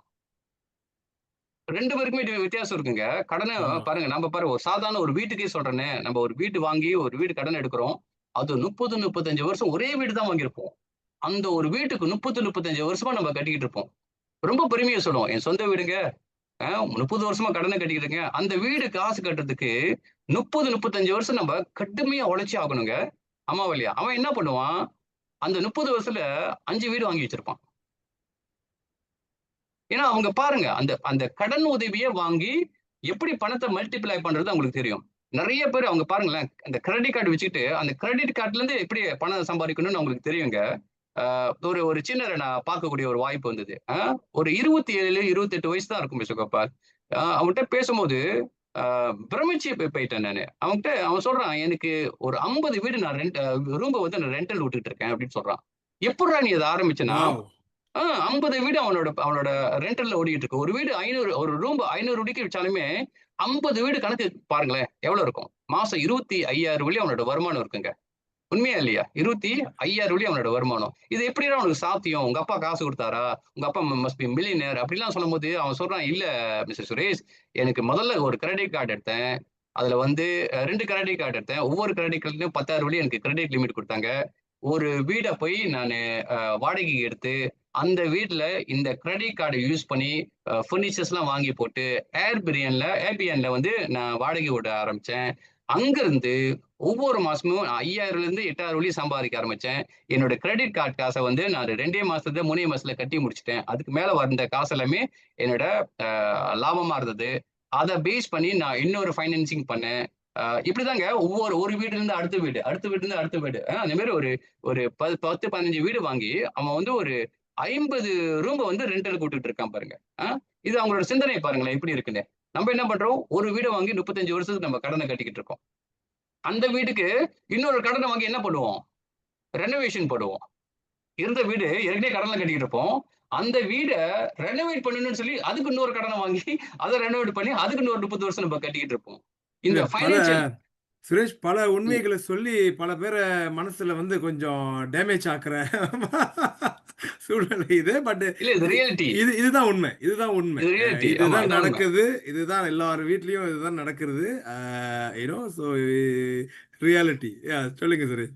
ஆமா. இல்ல இது இது உண்மை பாருங்களேன். அத நான் என்னோட என்னோட சிந்தனை எப்போதுமே இந்த சின்னர்கள் கூட பேசம்போது, பழகும்போது, இத நான் கேட்கக்கூடிய விஷயம். ஏன் அவங்களால மட்டும் ஆ பாருங்க அந்த பையன் பாருங்க 28 வயசுல 50 அ அ ரூம் வாடகை விடுறான். நம்ம பையனுக்கு 28 வயசுல என்ன பண்ணிட்டு இருக்காங்க? அ இது ரொம்ப கவலையா இருக்குல்ல. அவங்க பாருங்களேன் 21 வயசுலலாம் ஒரு முதல்ல ஒரு வீடு வாங்கிடுறானுங்க. 21 வயசுல ஒரு வீட வாங்கிடுறாங்கங்க அவங்க சமுதாயத்துல. அவங்களுடைய அந்த அந்த அ அ 21 வயசுல கண்டிப்பா ஒரு வீடு இருந்தாகணும்ன்றது, அந்த அந்த அந்த சமூகத்துல இருக்கக்கூடிய ஒரு பெரிய விஷயம் பாருங்க. 25 வயசுல பார்த்தீங்கன்னா, அவன் 2 வீடு, 3 வீடு வாங்கிடுறான். அத வந்து ஒரு பாடமா கத்துக் குடுக்குறாங்க. ஒரு ஒரு கே ஒரு ஒரு பைனான்சியல் லிட்டரேச்சர அவங்க குடும்பத்துல அது கத்துக் குடுக்குறாங்க. ஏன்னா, அந்த சமூகத்துல பணம் இல்லன்னா இங்க வாழ முடியாது. பணம் இல்லன்னா உங்களுக்கு அந்த கண்டிப்பா, மதிப்பு இல்லாம போயிரும். கண்டிப்பா, ஆனா, நம்ம கண்டிப்பா. இங்க வந்து மத்தத எத நோக்கி போயிட்டு இருக்கோம் பாருங்க. வியாபாரம் பொறுத்த வரைக்குங்க, உங்களோட கேஷ் ஃப்ளோ மேனேஜ்மென்ட் ரொம்ப முக்கியம். 20% கண்டிப்பா ஒவ்வொரு மாசமும் உங்களோட ரிசர்வ்ல ஒதுக்கி வைங்க. நம்ம அத சொன்னேன்ல, அந்த அந்த தமிழ்நாட்டுல இருந்த ஒரு ஒரு ரெஸ்டாரண்ட் ஓனர். அவர் சொன்ன விஷயம் ரொம்ப அற்புதமா இருந்தது. 15 வருஷம் அவர் வியாபாரம் பண்ணாரு. அந்த 20% ரிசர்வ்ல சேர்த்து வச்சதுனால தான், இந்த எம்சிஓ டைம் வரும்போது, பேண்டமிக் வரும்போது, அவரோட 15 வருஷம் உழைப்ப அவரால காக்க முடிஞ்சது. இனி வியாபாரத்த தொடர்ந்து நடத்த முடிஞ்சது. So reserve right, cash right, is right. Very important. முதல்ல 20% உங்க பிசினஸ் வந்து ஒதுக்க ஆரம்பிங்க. அது ரொம்ப கண்டிப்பா ரொம்ப முக்கியம். சரி சுரேஷ். இப்ப வந்து ஒரு ஒரு ஒரு பிசினஸ்மேன் அவங்களுடைய கம்பெனி கேஷ் ஃப்ளோ குறைஞ்சுகிட்டே வருதுன்னு அவங்க உணர்ந்துட்டாங்க. Uh what is the first thing? அது அது உணர்ந்த கையோட முதல்ல அவங்க என்ன செய்யணும்? What okay. Is the immediate remedial action they can do? 2 விஷயம். கேஷ் ஃப்ளோல பார்த்தீங்கன்னா 2 விஷயம் இருக்குல்ல. Income, expenses. Uh uh in uh cash in and cash out. இப்ப முதல்ல நீங்க என்ன பார்க்கணும்னா, உங்களோட கேஷ் இன் எப்படி இன்கிரீஸ் பண்றது? உங்க வரவ எப்படி இன்கிரீஸ் பண்றது? அப்படின்னா உங்களோட சேல்ஸ் எப்படி இன்கிரீஸ் பண்றது? உங்களோட கேஷ் ஃப்ளோ காசு உள்ள போறக்கூடிய காசுகள எப்படி இன்கிரீஸ் பண்றது? இது ரொம்ப முக்கியமான விஷயம். 2வது உங்க செலவ எப்படி குறைக்கிறது? தேவையில்லாத செலவ குறைச்சிட்டீங்கன்னா, உங்க செலவு அ அ கேஷ் அவுட் குறைஞ்சிரும் பாருங்க. அப்போ உங்களோட கேஷ் ரிசர்வ் இன்னும் கூட போகும். ஸோ செலவ குறைக்கிறதுக்கு ட்ரை பண்ணுங்க. அது ரொம்ப முக்கியம். தேவையில்லாத செலவ முதல்ல கட்டுப்பாடுக்கு கொண்டு வாங்க. உங்க வியாபாரம் வந்து கேஷ் ஃப்ளோ பாதிக்கப்படுதுன்னா, முதல்ல நீங்க வந்து செலவ குறைக்க ஆரம்பிக்கணும். Unnecessary expenses. So a a uh what you call cost cutting பண்ணி ஆகணும். சில ஆல்டர்னேட்டிவ் நீங்க எடுக்கணும். ஒரு உதாரணம் சொல்றேன் பாருங்க இப்ப. இது வியாபாரம்ல ஒரு தனி நபர், ஒரு சீன பெண்மணி என் கூட வேலை செய்யும்போது, என் கம்பெனில வேலை செய்யும்போது, ஆ காடிய வித்துட்டு ஆ அ கிராப்ல வர ஆரம்பிச்சா. ஆ அப்ப அவள்ல கேட்டேன். "என்னம்மா காரணம்? ஏன் நீ இப்ப கிராப்ல வர?" அப்படின்னு. அவ சொல்றா, இல்ல மிஸ்டர் சுரேஷ், ஆ நான் அவளுக்கு வந்து ஒரு 24, 25 வயசு தாங்க இருக்கும். காடி இருந்தப்ப, காடிக்கு ரீபேமெண்ட் மாசம் 120 ₹1200 கட்டி ஆகணும். அப்புறம் எண்ணெய் மாசத்துக்கு 400, 500 நான் ஊத்தணும். அப்புறம் இங்க வந்து பார்க்கிங் சீசனல் பார்க்கிங் வேற காசு கட்டணும். அந்த டிஎம்ல இருக்கும்போதுங்க 380 கிட்ட மாசம் கட்டி ஆகணும். Seasonal parking. 380 கட்டணும். அதுக்கு ரோட் டேக்ஸ் கட்டணும். அதுக்கு பார்க்கிங் கட்டணும். அதுக்கு டோல் கட்டணும். ஸோ ஒரு காடிக்கு மட்டுமே எனக்கு மாசம் ₹2000 செலவாகுது. நான் எடுக்கக்கூடிய ₹4800 ₹2000 என்னோட காடிக்கே போகுது. இப்ப நான் அது கிராப்ல கால்குலேட் பண்ணி பார்க்கும்போது, எனக்கு மாசம் ₹800 800 வெள்ளியிலிருந்து 850 வெள்ளி தான் செலவாகுது. So I means I can save 1200 every month just by letting go a car. எனக்கு கார்டு அவசியம் இல்லை. பிகாஸ் எனக்கு டிராவலுக்கு இப்போ நான் கிராப் யூஸ் பண்ணிக்கலாம். பர்சனலா எனக்கு வரும்போது என்னோட பாய் ஃப்ரெண்டோட கார்டு நான் யூஸ் பண்ணிக்கலாம்ன்ற ஒரு அல்டர்னேட்டிவா எடுத்துட்டு வரா பாருங்க. அந்த ஒரு டிசிஷன்ல she can able to save 1200 every month. இது நான் ஒரு ஒரு தனி நபருக்கு நான் சொல்றேன். அதே மாதிரி உங்க வியாபாரத்துக்கு நீங்க நீங்க இந்த இந்த சிந்தனைகளை கொண்டு வரணுங்க. இப்ப பாருங்களேன், நம்மளோட ஒர்க்கிங் கல்ச்சர் எல்லாம் மாறிடுச்சு. ஒரு காலத்துல நீங்க பெரிய ஆபீஸ் வச்சு ஆபீசர் பெரிய அளவுக்கு ரெனோவேஷன் பண்ணி ஒவ்வொரு ஸ்டாஃபும் உட்காந்து வேலை செய்யறதுக்கு உங்களுக்கு கியூபிக் எல்லாம் செஞ்சு நீங்க வியாபாரம் பண்ண வேண்டிய பிசினஸ் செய்ய வேண்டிய நிலைமைகள் இருந்திருக்கலாம். ஆனா இப்ப பாருங்களேன், இப்ப இல்ல generation the love to work anyway any time. அவங்களோட மைண்ட் செட் வேற. அவங்களுக்கு அந்த ஃப்ரீடம் வேணும்னு கேட்கறாங்க. நீங்க அந்த ஃப்ரீடம் கொடுக்கறதுல தப்பு இல்ல. ஏன்னா நமக்கு வந்து காஸ்ட் கட்டிங் பண்ணலாம். இப்ப பெரிய ஆபீஸ் விசிட் நீங்க நிலைமையில இன்னைக்கு எல்லா விஷயத்தையும் நம்ம வந்து ஒரு சின்ன இடத்துல நீங்க செய்யக்கூடிய வாய்ப்புகள் வந்துருச்சு. இப்ப பாருங்க மீட்டிங் நம்மலாம் வந்து இப்ப ஜூம்ல பண்ணிக்கிட்டு இருக்கோம். இப்ப இந்த மாதிரி ஒரு ட்ரைனிங் நம்ம பண்ணணும்னா நம்மளாம் என்ன பண்ணணும், ஒரு ஹோட்டல்ல புக் பண்ணணும், ஒரு ஒரு ஒரு ஒரு பெரிய இடத்தை எடுக்கணும், அதுக்கு விளம்பரப்படுத்தணும், அதுக்கு செலவு பண்ணணும். இப்ப அதெல்லாம் தேவையில்லை. ஜூம்னு ஒண்ணு வந்துருச்சு. மாசத்துக்கு 60, 80 வெள்ளி கட்டுனீங்கன்னா உங்களுக்கு இந்த ஃபெசிலிட்டி நம்ம பயன்படுத்த முடியும். சோ இந்த மாதிரி விஷயத்தை நீங்க கையாளணும். எங்கெங்கெல்லாம் உங்களோட காஸ்ட் கட்டிங் நீங்க பண்ண முடியும். First step try to cost cutting. எதெல்லாம் உங்களுக்கு குறைக்க முடியும்னு பாருங்க. ஆனா ஒண்ணு மட்டும் சாக்ரிஃபைஸ் பண்ணிடாதீங்க. உங்களோட ப்ரொடக்டிவிட்டியை மட்டும் அதுல வந்து எந்த விதத்திலையும் பாதிக்காம நீங்க பாத்துக்கணும். நீங்க எடுக்கக்கூடிய எந்த டிசிஷனையுமே உங்களோட ப்ரொடக்டிவிட்டி பாதிக்க கூடாது. நீங்க எடுக்கிற இந்த காஸ்ட் கட்டிங்னால உங்களோட ப்ரொடக்டிவிட்டி பாதிக்க போகுதுன்னா you have to rethink about the strategy. So முதல்ல காஸ்ட் கட்டிங்க்கு நீங்க உங்களோட ஸ்ட்ராட்டஜி பிளானிங் பண்ணணும். எதெல்லாம் தேவையில்லை, எந்த செலவெல்லாம் நீங்க குறைக்கணுமோ அந்த செலவெல்லாம் நீங்க முதல்ல குறைக்கணும். அடுத்தது உங்களோட வரவை பத்தி நீங்க யோசிக்கணும். ஒண்ணு, வரவு எப்படி இன்க்ரீஸ் பண்றதுன்னு பாத்தீங்கன்னா உங்களோட சேல்ஸ் நீங்க இன்க்ரீஸ் பண்ணுது. இப்ப ஒரு உதாரணம் சொல்றேன் கோபால். இப்ப இதுக்கு முன்ன நீங்க ஒரு ஒரு டூத் பேஸ்ட் தான் வியாபாரம் பண்ணிக்கிட்டு இருக்கீங்கன்னு வச்சுங்களேன். இந்த டூத் பேஸ்ட் வருமானம் தான் உங்களுக்கு வந்துகிட்டு இருக்கு. இப்ப நீங்க என்ன பண்ணலாம்னா உங்களோட மல்டிபிள் ரிசோர்சஸ் நீங்க கொண்டு வரலாம். இன்னொரு புது ப்ராடக்ட் நீங்க அறிமுகப்படுத்தலாம். உங்க இண்டஸ்ட்ரியிலேயே உங்க ப்ராடக்ட் லைன்லயே இன்னொரு புது ப்ராடக்ட் நீங்க அறிமுகப்படுத்தலாம். இப்ப டூத் பேஸ்ட்னா நீங்க அடுத்த ப்ராடக்ட் என்ன அறிமுகப்படுத்தலாம்? ஒரு டூத் பிரஷ் நீங்க அறிமுகப்படுத்தலாம். அப்போ இந்த டூத் பேஸ்ட் விற்கக்கூடிய இடத்துல இப்ப நீங்க டூத் பிரஷ் நீங்க பேக்கேஜிங் பண்ணும்போது, பண்டலிங் பண்ணும்போது உங்களோட ரெவன்யூ இன்க்ரீஸ் ஆகும். அப்போ உங்களோட சேல்ஸ் இன்க்ரீஸ் ஆகும். சோ எந்த வகையெல்லாம் உங்களோட சேல்ஸ் இன்க்ரீஸ் பண்ண முடியுமோ அந்த ஸ்ட்ராட்டஜிலாம் நீங்க கையாளணும். 2வது, நிறைய பார்க்கும்போது இந்த பிசினஸ்ல நிறைய பாதிக்கப்படக்கூடிய விஷயங்கள் என்ன பார்த்தீங்கன்னா, அது கிரெடிட் டேர்ம்ல கொடுப்பாங்க. இந்த கிரெடிட் டேர்ம்ல கொடுக்கும்போது தாங்க நிறைய பிசினஸ்லாம் வந்துட்டு இந்த கேஷ் கலெக்ட் பண்றதுக்கு படாத பாடுபடுவாங்க. போயிட்டு அந்த பேமெண்ட் கலெக்ட் பண்ணணுன்றதுக்காக. இப்ப பாருங்களேன், இப்ப இந்த ரிட்டெயில் பிசினஸ்ல இந்த எம்சிஓக்கு அந்தாண்ட கிரெடிட் டைம்ல கொடுக்கறத நிறுத்திட்டாங்க. அதுவும் பெரிய பெரிய கேஷ் வடிகால் நல்ல கிரெடிட் டைம்ல இருந்தவங்க, நல்ல ரெக்கார்ட்ல இருந்தவங்களுக்கு மட்டும் தான் கொடுக்குறாங்க. மைதீன் பாருங்களேன், மைதீன் ரிட்டெயில் பிசினஸ்ல இருந்தாலும் அவர் ஒரு நல்ல ஸ்ட்ராட்டஜி ஒன்று வச்சிருக்காருங்க. அவருக்கு கொடுக்கக்கூடிய கிரெடிட் டைம் பாத்தீங்கன்னா, if you pay fast you get more discount. அப்ப உங்களோட ம். கிரெடிட் கலெக்ஷன் இருக்குல்ல, அதுக்கு ஒரு நல்ல ஸ்ட்ராட்டஜி நீங்க கொண்டு வரணும். நீங்க சொல்லக்கூடாது, இல்ல சார் கஸ்டமர் எப்போதுமே வந்து லாங் கிரெடிட் டேர்ம் தான் எதிர்பார்க்கறாங்க அப்படின்னு. நீங்க ரிவர்ஸ் சைக்காலஜி யூஸ் பண்ணணுங்க. இப்ப ஒரு உதாரணத்துக்கு 30 நாளு 90 நாளு காலங்கள் எடுத்த கிளையன்ட்க்குலாம் நீங்க இனிமேல் ஒரு ஸ்ட்ராட்டஜி கொண்டு வாங்க. 15 நாள்ல பேமெண்ட் எடுத்தீங்கன்னா, உங்க இன்வாய்ஸ்ல இருந்து ஒரு 10% உங்களுக்கு டிஸ்கவுண்ட் கிடைக்கும். ஓகே. அப்ப அந்த அந்த 10% அந்த கிளையன்ட்ட பொறுத்தவரைக்கும் ஒரு பெரிய சேவிங். ஒரு பிசினஸ் அவன் அப்படித்தான் பார்ப்பான். நான் சீக்கிரமா கட்டிட்டேன்னா, எனக்கு 10% சேவ் பண்றேனே என்னோட காஸ்டிங்ல. அப்ப முடிஞ்ச அளவுக்கு சீக்கிரமா கட்ட பார்ப்பான். அதே மாரி இன்னொரு கிரெடிட் டைம்ல வியாபாரம் பண்ணக்கூடியவங்க, நீங்க என்ன பண்ணலாம்னா, இந்த ஷார்ட் கிரெடிட் டைம்ல எடுக்கிறவங்களுக்கு வந்து விலை குறைவாவும், லாங் கிரெடிட் டைம்ல எடுக்கிறவங்களும் அதோட விலை கூடயாவும் நீங்க குடுக்கலாம். அப்ப என்ன பண்ணுவான், நான் விலை கூடைக்கு வாங்குறதோட விலை குறைவா வாங்கணும்னா, முடிஞ்ச அளவுக்கு நான் கிரெடிட் டைம்ல இல்லாம நான் எடுக்கணும்ன்றதுக்கு தான் ட்ரை பண்ணுவான். இது ரொம்ப முக்கியங்க. நான் எங்களோட இண்டஸ்ட்ரியில நான் இருக்கும்போது, டிஎம்ல நான் இருக்கும்போதுங்க, எங்களோட கேஷ் ஃப்ளோ நாங்க மேனேஜ் பண்ணணும்ன்றதுக்காக நான் என்ன பண்ணேன்னா, one of the strategy I was implement if the customer pay upfront payment அப்படின்னா ஃபுல் பேமெண்ட் உடனே கட்டிட்டாங்கன்னா, அவங்களுக்கு 10% டிஸ்கவுண்ட் கொடுங்கன்னு சொல்லிட்டு ஒரு ஒரு மெமோ வழியாக்கணும். அந்த வருஷம் பார்த்தீங்கன்னா, எங்களோட upfront payment was increase compared to previous year. So இதுக்கு என்ன காரணம்? அந்த அந்த டிஸ்கவுண்ட் சேவிங் அந்த 10% அவங்க ஆமா. சேவ் பண்ண போறாங்க. முதல்ல அப்ஃப்ரண்ட் கட்டுறதுனால they going to save the 10%. ஆனா நமக்கு என்ன லாபம்னு பார்த்தீங்கன்னா, அந்த கேஷ் ஃப்ளோ வந்து முதல்ல நமக்கு கிடைச்சிருச்சு. இன்னும் நாங்க இன்னும் புக்க வெளியாக்கல. But we have to receive the money. இப்ப காசு வந்துருச்சுன்னா, நீங்க உங்க பிசினஸ் ரன் பண்ணும்போது ஒரு ஈஸியா இருக்குங்க. இப்ப ஏர் ஏசியா பாருங்களேன். ஏர் ஏசியாவோட அவங்களோட சக்சஸ்க்கு ஒரே காரணம், முக்கியமான காரணம் என்னன்னு பார்த்தீங்கன்னா, அ ஏர் ஏசியா அவங்க ஆரம்பிக்கும்போது, ப்ரீ புக்கிங்க்கு உங்களுக்கு வாய்ப்புகள் குடுத்தாங்க. அப்டின்னா நீங்க அடுத்த வருஷம் தான் டிராவல் பண்ணுவீங்க. ஆனா, இப்பவே நீங்க அ டிக்கெட்டுக்குள்ள காச குடுத்துருவீங்க. அப்படியே அந்த அந்த ஏர்கிராஃப்ட் பறக்கறதுக்கு முன்னே, அவரோட அந்த ஏர்கிராஃப்ட்குள்ள தேவையான செலவுக்குள்ள காஸ்ட் எல்லாமே முதல்ல அவங்க எடுத்துடுறாங்க. அப்ப காசு முதல்ல இருக்கு. அப்புறம் தான் பிசினஸ் ஓடுது. சோ இது ஒரு ஒரு அ அ இது ஒரு நல்ல டெக்னிக்ங்க. சோ இந்த மாரி விஷயத்த நீங்க கையாளணும். ஸோ என்னென்ன விஷயங்கள்லாம் ஸ்ட்ராட்டஜி ஆமா. த ஸ்ட்ராட்டஜி இஸ் வெரி இம்பார்ட்டன்ட்ல. நம்ம எப்படி ஒரு விஷயத்த நம்ம கையாளுறோம்னு. சுரேஷ், இப்ப வந்து அ நேயர்கள் நெறைய பேரு இப்ப டியூன் இன் பண்ணிட்டு இருக்காங்க. இப்ப மக்களோசை லைவ்ல வந்து 1000க்கு மேற்பட்ட வியூஸ் இப்ப நம்மளுக்கு வந்துட்டு இருக்குது. உங்களோட ஆதரவுக்கு ரொம்ப ரொம்ப நன்றி. இப்ப நம்ப அ நடைபெற்றிருக்கிற இந்த கலந்துரையாடல்ல வந்து உங்களுக்கு பல பலன் ஆ கிடைக்கும்னு நம்புறோம். தொடர்ந்து சப்போர்ட் பண்ணுங்க. நம்மளுக்கு வந்து ஒரு நேயர் வந்து ஒரு ஒரு கேள்விய வச்சிருக்காரு.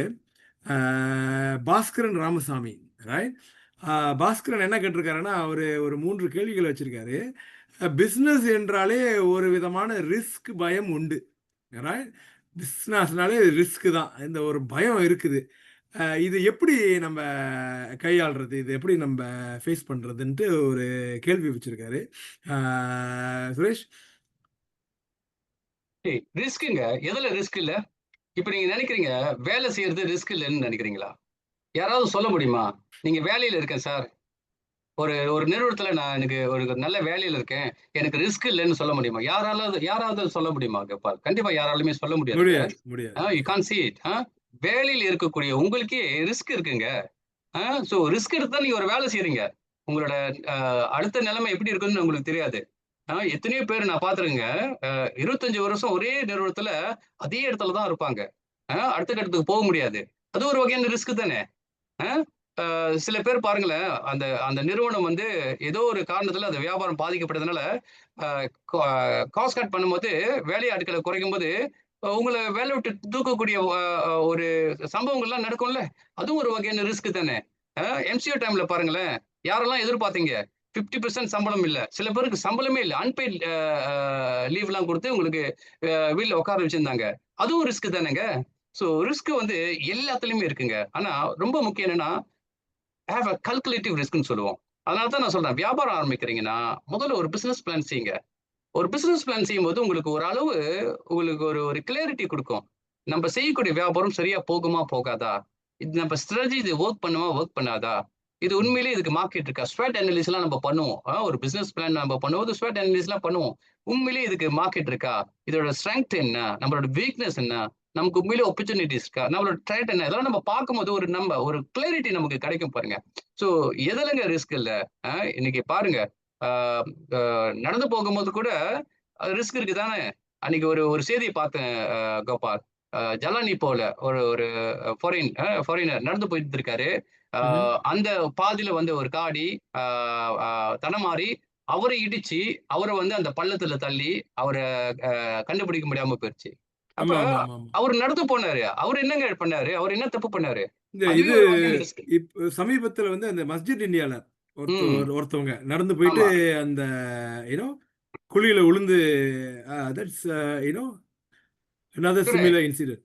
ஆமா. இப்ப வாழ்க்கையே ரிஸ்க் தாங்க. சொன்னேன். இந்த வாழ்க்கை வாழ்றோம்ல, இந்த வாழ்க்கையில எத்தன வகையான ரிஸ்க்க நம்ம எதிர்நோக்கிட்டு வர்றோம். அதே மாரி வியாபாரத்திலயும் கண்டிப்பா ரிஸ்க் இருக்கு. ஆனா, எத ஆமா. செஞ்சாலுமே ஆழம் தெரிஞ்சு கால விடுங்க. எங்க அப்பா எப்போதுமே ஒண்ணு சொல்லுவாரு கோபால். எ எ ஏன் அப்பா அப்பான்னு சொல்றேன். எங்க அப்பா வந்து எனக்கு எப்போதுமே என்னோட என்னோட முன்னோடி. என்னோட என்னோட ஃபர்ஸ்ட் எனக்கு ஃபர்ஸ்ட் கோச். எந்த எது செஞ்சாலுமே அகல கால் எடுத்து வைக்காதன்னு சொல்லுவாரு.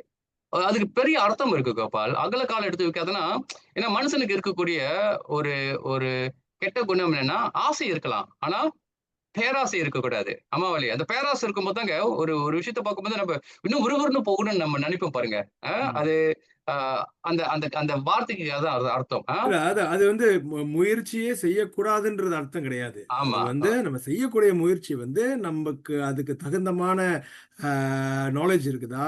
ம். தகுந்தமான ரிசோர்ஸஸ் இருக்குதா? நம்மளால முடியுமா? அப்படின்றது அது அது ஒரு ஸ்ட்ராட்டஜிக் திங்கிங் தான். அந்த ஆமா, காலத்து ஆளுங்கலாம் நம்ம நல்லா யோசிச்சு தான் வச்சிருக்காங்க. இந்த பழமொழிலாம் சும்மா ஆமா. வரல. கரெக்ட். இந்த I think it's more of a mindset issue. இப்போ இந்த ரிஸ்க்குங்கிறது இட்ஸ் ஆல் இந்த அதை எப்படி நம்ம எடுத்துக்கிறோன்னு பொறுத்து இருக்குது. இப்போ நீங்க சொல்றீங்க 21 வயசு 25 வயசுல வந்து ஒரு ஒரு ஒரு சைனீஸ் யங் மேன் அவருக்கு ஒரு 50 வீடு வாங்கணும், கிரெடிட் கார்டு வாங்கி அதுல இருந்து சோஃபாலாம் வாங்கி போட்டு அது நம்ம எல்லாம் பார்த்தோம்னா அது maybe it's high risk behaviour. Right? We may think of it as a high risk, but அவங்களுக்கு வந்து it's not a high risk. That is an acceptable risk. So it's more of how we look into the issue. அந்த அந்த அது இது எப்படி நம்ம கையாளுறோம் is more of a mind set.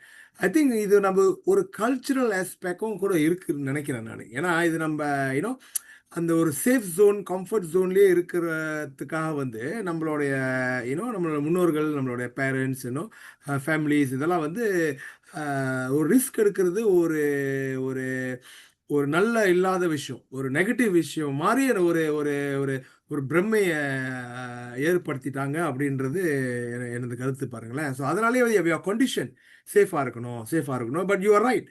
அந்த கோவிட் டைம்லலாம் வந்து யாரும் எதிர்பார்க்கல. இன்ஃபேக்ட் நானே நிறைய உதாரணம் சொல்ல முடியும். இன்ஃபேக்ட் இந்த சிங்கப்பூரில் வேலை செஞ்சவங்க, சிங்கப்பூரில் ஒர்க் பண்ணவங்க, சிங்கப்பூரில் டெய்லி ஜேபியிலேருந்து சிங்கப்பூர் போகிறவங்க, தேவர் ஏர்னிங் 5 ஃபிகர்ஸ். ரைட்? 10,000 15,000 20,000 வெள்ளி. ஏன்னா சிங்கப்பூர் காசு மலேசியா கன்வெர்ட் பண்ணால் 3 மடங்குங்க. ஸோ அந்த அந்த பணத்தை வச்சுக்கிட்டு தேவர் டிரைவிங் நல்ல லக்ஸரி காஸ் பிஎம்டபிள்யூ. அப்புறம் வீடு பார்த்தீங்கன்னா 3 மாடி வீடு. ஏன்னா ஜேபியில் நிறையா ஏன்னா லோன் கிடைக்கும் உங்களுக்கு. ஆனால் அந்த கோவிட்னு ஒன்று வந்தப்ப suddenly lockdown, border was closed and Singapore government was very strict, very strict. You couldn't cross over. Work from ஹோமும் பண்ண முடியாது. ஏன்னா இந்த நிறைய வேலை இந்த மலேசியன் சிங்கப்பூரில் செய்கிறவங்க எல்லாமே வந்து இட்ஸ் நாட் அட்வான்ஸ் வேலை இல்லை. இட்ஸ் ஜஸ்ட் பலதரமான அந்த physically you need to be there. You cannot work from home. அந்த மாதிரி இருந்தது இந்த லாக்டவுனால் கடைசியில் அந்த லோன் கட்டணுமே மொரட்டோரியம்லாம் கொடுத்தாங்க. பட் ஃபேமிலி ஒன்றுமே I seen a lot of them even sell நாசிலமா. நாசிலமா because என்னோட பயிற்சிக்கு நிறைய பேர் அவங்க பேக்ரவுண்டை பார்க்கும்போது பரிதாபமாக இருக்கும். ஏன்னா தேவர் லிவிங் த லைஃப். அவங்க வாழ்க்கையை மேக்சிமம் இதில் கனவுல கூட நினச்சி பார்த்துட்டு இருக்க முடியாது. அப்போ லிட்ரலி ஓவர் நைட் தெருவில் கூட விற்க முடியாத ப்ராடக்ட் நீங்கள் விற்க முடியாத நிலைமை நாசிலமா பொட்டலம் பண்ணி அப்படிலாம் நிறைய உதாரணங்கள் இருக்குது. So I agree with you. ரிஸ்க்குங்கிறது வந்து it's how we take it.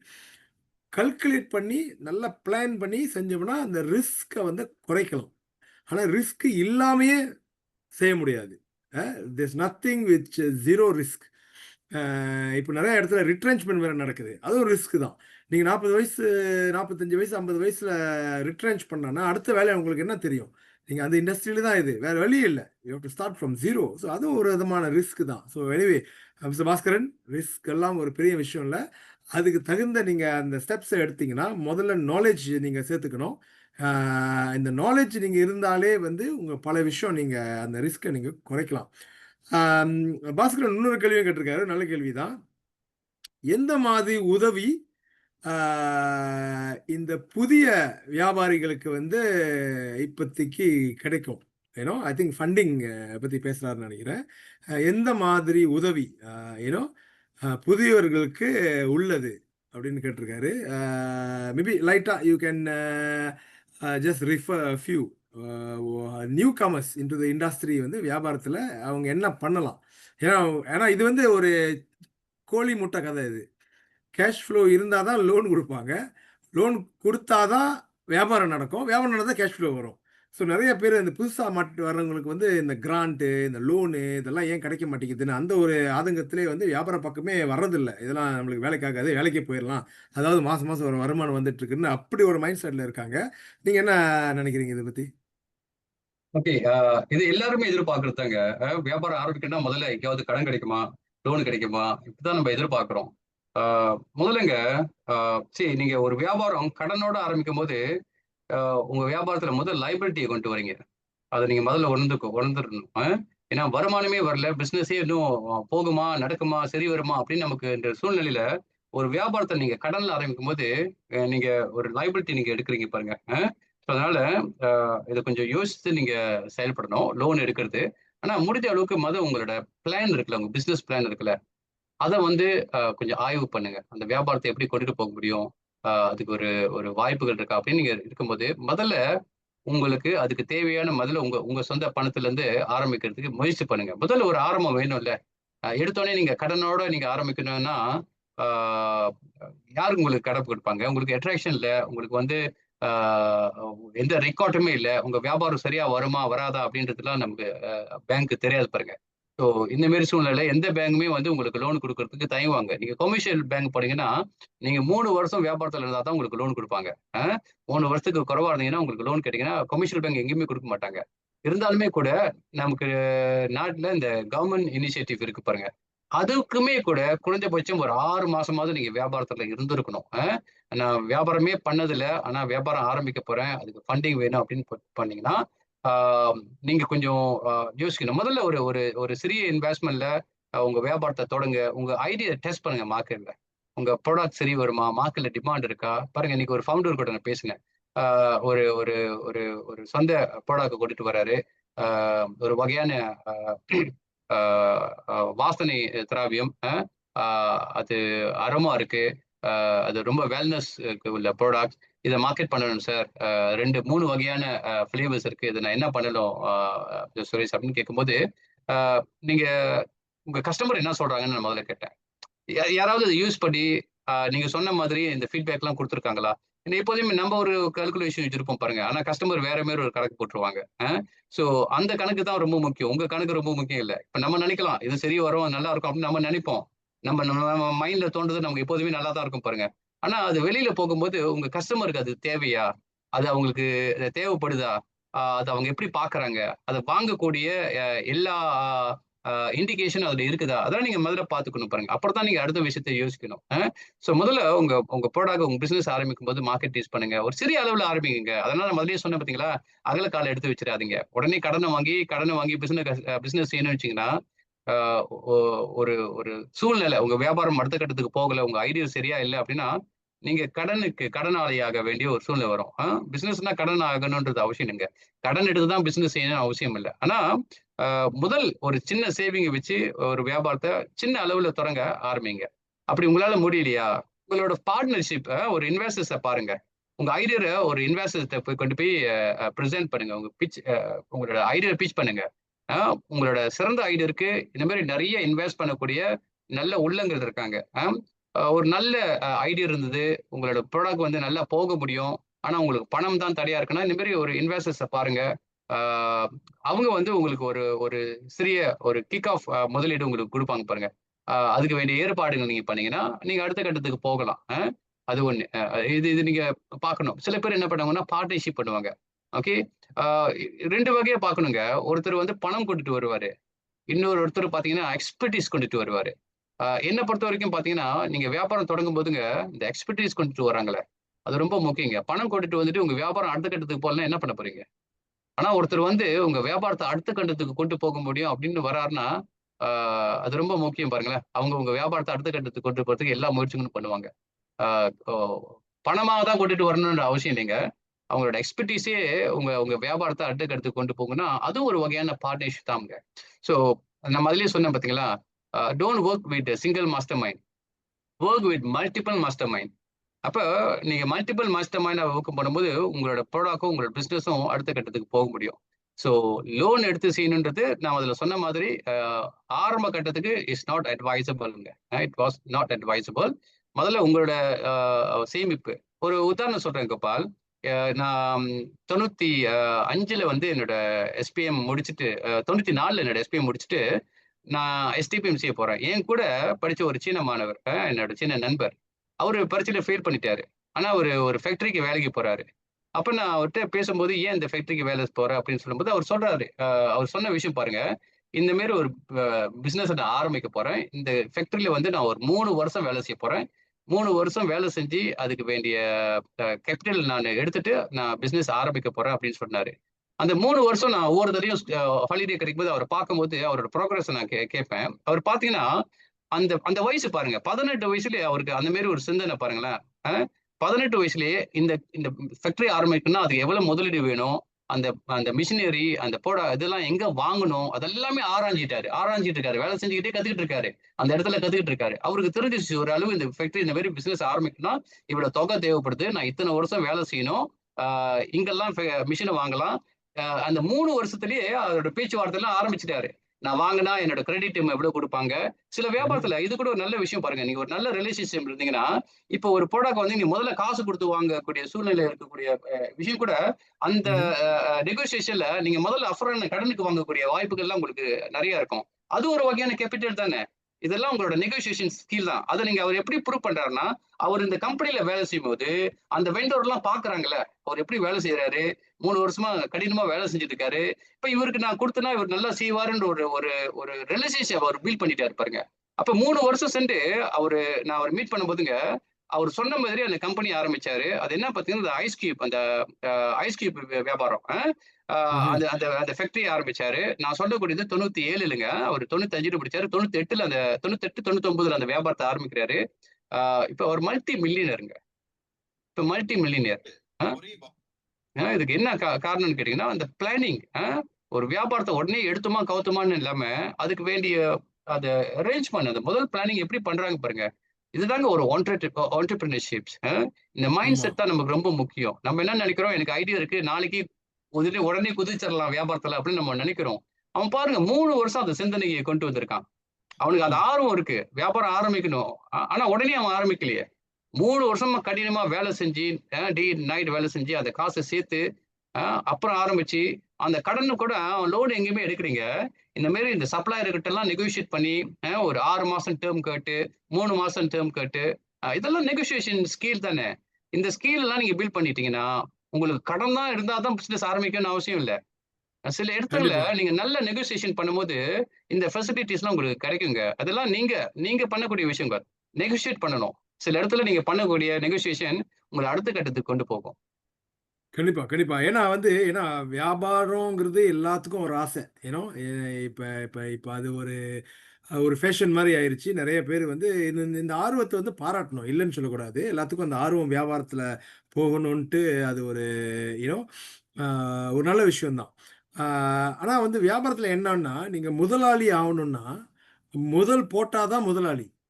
Right? நீங்க முதல் முதல் போடணும். முதல்னா கேப்பிட்டல். கம்பெனிக்கு வந்து நீங்க முதல்னா வந்து என்னன்னா, இது பண ரீதியாவும் இருக்கலாம். கேப்பிட்டல் இன்ஜெக்ஷன் அப்டின்னா பணம் நீங்க அத ஒரு முதலா வச்சு நீங்க வியாபாரத்த ஆரம்பிக்கலாம். இல்ல இன்னொரு பணம் இல்லன்னா, நீங்க என்னன்னா, நேரத்த முதலீடு பண்ணலாம். ஒண்ணு பணமா நீங்க முதலீடு பண்ணணும். இல்லன்னா நேரத்த முதலீடு பண்ணணும். இப்ப சில வியாபாரம்லாம் இருக்குது. அப்ப ஒரு காலகட்டத்தில வந்து இன்சூரன்ஸ்ங்கிறது ஒரு நல்ல வியாபாரம். இப்ப இந்த நெட்வொர்க் மார்க்கெட்டிங் எம்எல்எம்ன்னு சொல்லுவாங்க. அது ஒரு காலகட்டத்தில ரொம்ப பாப்புலரா ஓடுச்சு. ஏன்னா, அதெல்லாம் வந்து பணம் முதலீடு பெரும்பாலும் பெரிய லெவல்ல இல்லாம, ஆ நேரத்த முதலீடு பண்ணி, அதிலிருந்து வர்ற அடிப்படையில தான் இருக்கு பாருங்களேன். இப்போ உள்ள காலகட்டத்தில வந்து அதுவும் இன்னும் சுலபமா ஆயிருச்சு. ஏன்னா, இப்ப இந்த காமர்ஸ் இப்போ online, social media, social selling, TikTok அ இந்த மாரிலாம் வந்து இருக்கும்போது, இது முழுக்க முழுக்க முதலீடு ரொம்ப குறைவான முதலீடு தான். ஆனா ஆனா முதல் இருக்கும். முதலே இல்லாம வியாபாரம் பண்ணவே முடியாது. 0 கேப்பிட்டலோட பண்ணவே முடியாது. குறைஞ்ச முதலோட நீங்க வியாபாரம் பண்ணலாம். ஆனா, நீங்க பணத்தோட வந்து உங்களோட உழைப்பும், உங்களோட நேரத்தையும் நீங்க முதலீடு பண்ணி செஞ்சீங்கன்னா, அதுதான் the sure maybe it's not the fastest way for success, but it's, in my opinion, surest way to success, right? So it's a very interesting insights on how mindset. இதெல்லாம் நம்ம மைண்ட் செட்ல இருந்து தான் வருது. முதல்ல இருந்து ஒரு கடனை வாங்கி அது இருந்தாதான் வியாபாரம் பண்ணணும் அப்படின்ற மைண்ட் செட்ல தவிர்த்துட்டு how we can prove our self நம்மளோட திறமையும் நம்மளோட உழைப்புலையும் நம்மளுடைய யூனோ விடாமுயற்சியிலும் எப்படி நம்ம யூனோ ஏன்னா பணம் கொடுக்கறதுக்கும் எல்லாத்துக்கும் காசு கொடுக்க மாட்றாங்க சுரேஷ். அவன் ம். கொடுக்க முடியுமான்னு பார்த்துக்கிட்டு தான் ஏன்னா பேங்கே அதானே செய்யுது. இவ்வளோ ஆமா, செக் அண்ட் பேலன்ஸ் எதுக்குன்னா அவன் பணம் கொடுக்க முடியிற மாதிரி இருந்தால் தான் அவங்க லோனே தராங்க. ஸோ ஆமா, பேங்கே அப்படி இருக்கும்போது யாரு குடுப்பா? ஏன்னோ முதல்ல அசஸ் பண்ணுகிறது இவங்ககிட்ட பணம் போணுச்சுன்னா வருமா? வராதான்னு தான் கேள்வி பாருங்களேன். ஆமா. ஸோ ஐ திங்க் இந்த மைண்ட் செட் நெறைய மாத்த வேண்டியிருக்குது. Especially when dealing with you know cash flow. இல்ல ஒரு உதாரணம் கொடுக்கலாம் கோபால் நானு. ஒரு உதாரணம் சொல்ல பாருங்க. நிறைய பேர் கேட்கலாம், சார் காசு இல்லாம பிசினஸ் ஆரம்பிக்க முடியாதா அப்படின்னு கேட்டீங்கன்னா, இப்ப கோபால் சொன்ன மாதிரி ஒரு சின்ன சின்ன அமௌண்ட் வச்சு கூட உங்களால வியாபாரம் ஆரம்பிக்க முடியுங்க. ஒரு உதாரணம் சொல்ல பாருங்களேன். உங்களுக்கு வந்து நல்லா சமைக்க தெரியும். ஓகே. ஒரு ரெஸ்டாரண்ட் ஆரம்பிக்கணும்னு நினைக்கிறீங்க. அதுக்கு நிறையங்க ரெஸ்டாரண்ட் ஆரம்பிக்கணும்னா அட்லீஸ்ட் ஒரு 200,000 உங்களுக்கு தேவைப்படும் பாருங்க. ஒரு சின்ன ஒரு ஒரு கச்சிதமான ஒரு ரெஸ்டாரண்ட் ஆரம்பிக்கணும்னா அட்லீஸ்ட் ஒரு 100,000 200,000 தேவைப்படும். ஏன் அவ்வளவு பெரிய அதான் அகல கால முதல்ல வைக்காதீங்க. முதல்ல நீங்க என்ன பண்ணீங்க? உங்களுக்கு நல்லா சமைக்க தெரியும். உங்க சமையல் மத்தவங்களுக்கு பிடிக்குதான்றதுல ஆய்வு வேணும்ல. அப்ப நீங்க என்ன பண்ணலாம்? முதல்ல கேட்டரிங் பிசினஸ் செய்யலாம். ஓகே. அல்லது ப்ரீ ஆர்டர்ஸ் எடுத்து ஃபுட் டெலிவரி பண்ணலாம். இதெல்லாம் என்ன நடக்கும்னா, உங்களுக்கு வரவு முதல்ல வந்துரும். ப்ரீ சேல்ஸ்ன்னு சொல்லுவோம். முதல்ல உங்களுக்கு வரவு வந்துரும். ஓகே. அப்புறம் உங்க சமையல் சமைச்சுட்டு நீங்க அவங்களுக்கு குடுக்குறீங்க. ஓகே. அத சாப்பிட்டு பார்த்துட்டு உங்களுக்கு ஃபீட்பேக் வருது. ஓகே. அப்ப உங்களுக்கு தெரியும். எங்க நீங்க திருத்திக்கலாம், எங்க நீங்க சரிப்படுத்தணும், அ எந்த விஷயத்த நீங்க இம்ப்ரூவ் பண்ணணும். அ நல்ல ஃபீட்பேக் வந்துச்சுன்னா, நீங்க அத இன்னும் தொடர்ந்து பண்ணலாம். இதெல்லாம் வரும்போது, உங்களோட வருமானம் கொஞ்சம் ஓரளவுக்கு இன்கிரீஸ் ஆகிட்டே இருக்கும். அங்கருந்து உங்க காச சேமிக்க ஆரம்பிங்க. ரிசர்வ் பண்ண ஆரம்பிங்க. இப்ப ஒரு ஒரு 6 மாசம் நீங்க பிசினஸ் செஞ்சுட்டு, இந்த மாரி ஹோம்ல இருந்து நீங்க வீட்டு பிசினஸ் செஞ்சுட்டு இருக்கீங்க. வீட்ல இருந்து சமையல் செஞ்சு டெலிவரி பண்ணிக்கிட்டு இருக்கீங்க. ஒரு 6 மாசம் ஒரு 10,000 வெள்ளி 20,000 வெள்ளி சேர்த்துட்டீங்கன்னு வச்சுக்கங்களேன். அப்ப நீங்க ஒரு பேங்க்ல போய் நீங்க கடன் உதவி கேட்கும்போது, அந்த 20,000 வெள்ளி வச்சிருக்கீங்கல்ல, அவன் இன்னும் ஒரு 10,000 வெள்ளி அல்லது இன்னொரு 20,000 வெள்ளி நீங்க இந்த மாரி ஃபைனான்சிங் நீங்க எதிர்பார்க்க முடியும் பாருங்க. ஏன்னா அவன் பார்க்குறான். நீங்க நல்ல பிசினஸ் செஞ்சிருக்கீங்க. இந்த தெக்கூன்ல நீங்க கேட்கும்போதும் சரி, மத்த மைக்ரோ ஃபைனான்சிங் எடுக்கும்போது கூட, சோ இதெல்லாம் உங்களுக்கு ஒரு நல்ல ரெக்கார்டா இருக்கும். அடுத்த கட்டத்துக்கு நீங்க போகலாம். இப்ப வந்து ஒரு ஒரு வீட்ல இருந்து செஞ்சுட்டு இருந்தீங்க. அடுத்து ஒரு ஸ்டால் வச்சு நீங்க செய்யலாம். உடனே ரெஸ்டாரண்ட் தொறக்கணும்னு அவசியம் இல்ல பாருங்க. உடனே ஒரு ஸ்டால் வச்சு நீங்க ஆரம்பிக்கலாம். அப்புறம் அந்த ஸ்டால் கொஞ்சம் கொஞ்சமா பல வியாபாரங்கள் வந்து அந்த இடம் சரியா இருக்குதா? உங்க உங்க உங்க உங்க கடை பேரு எல்லாருக்கும் தெரிய ஆரம்பிச்சிருச்சா?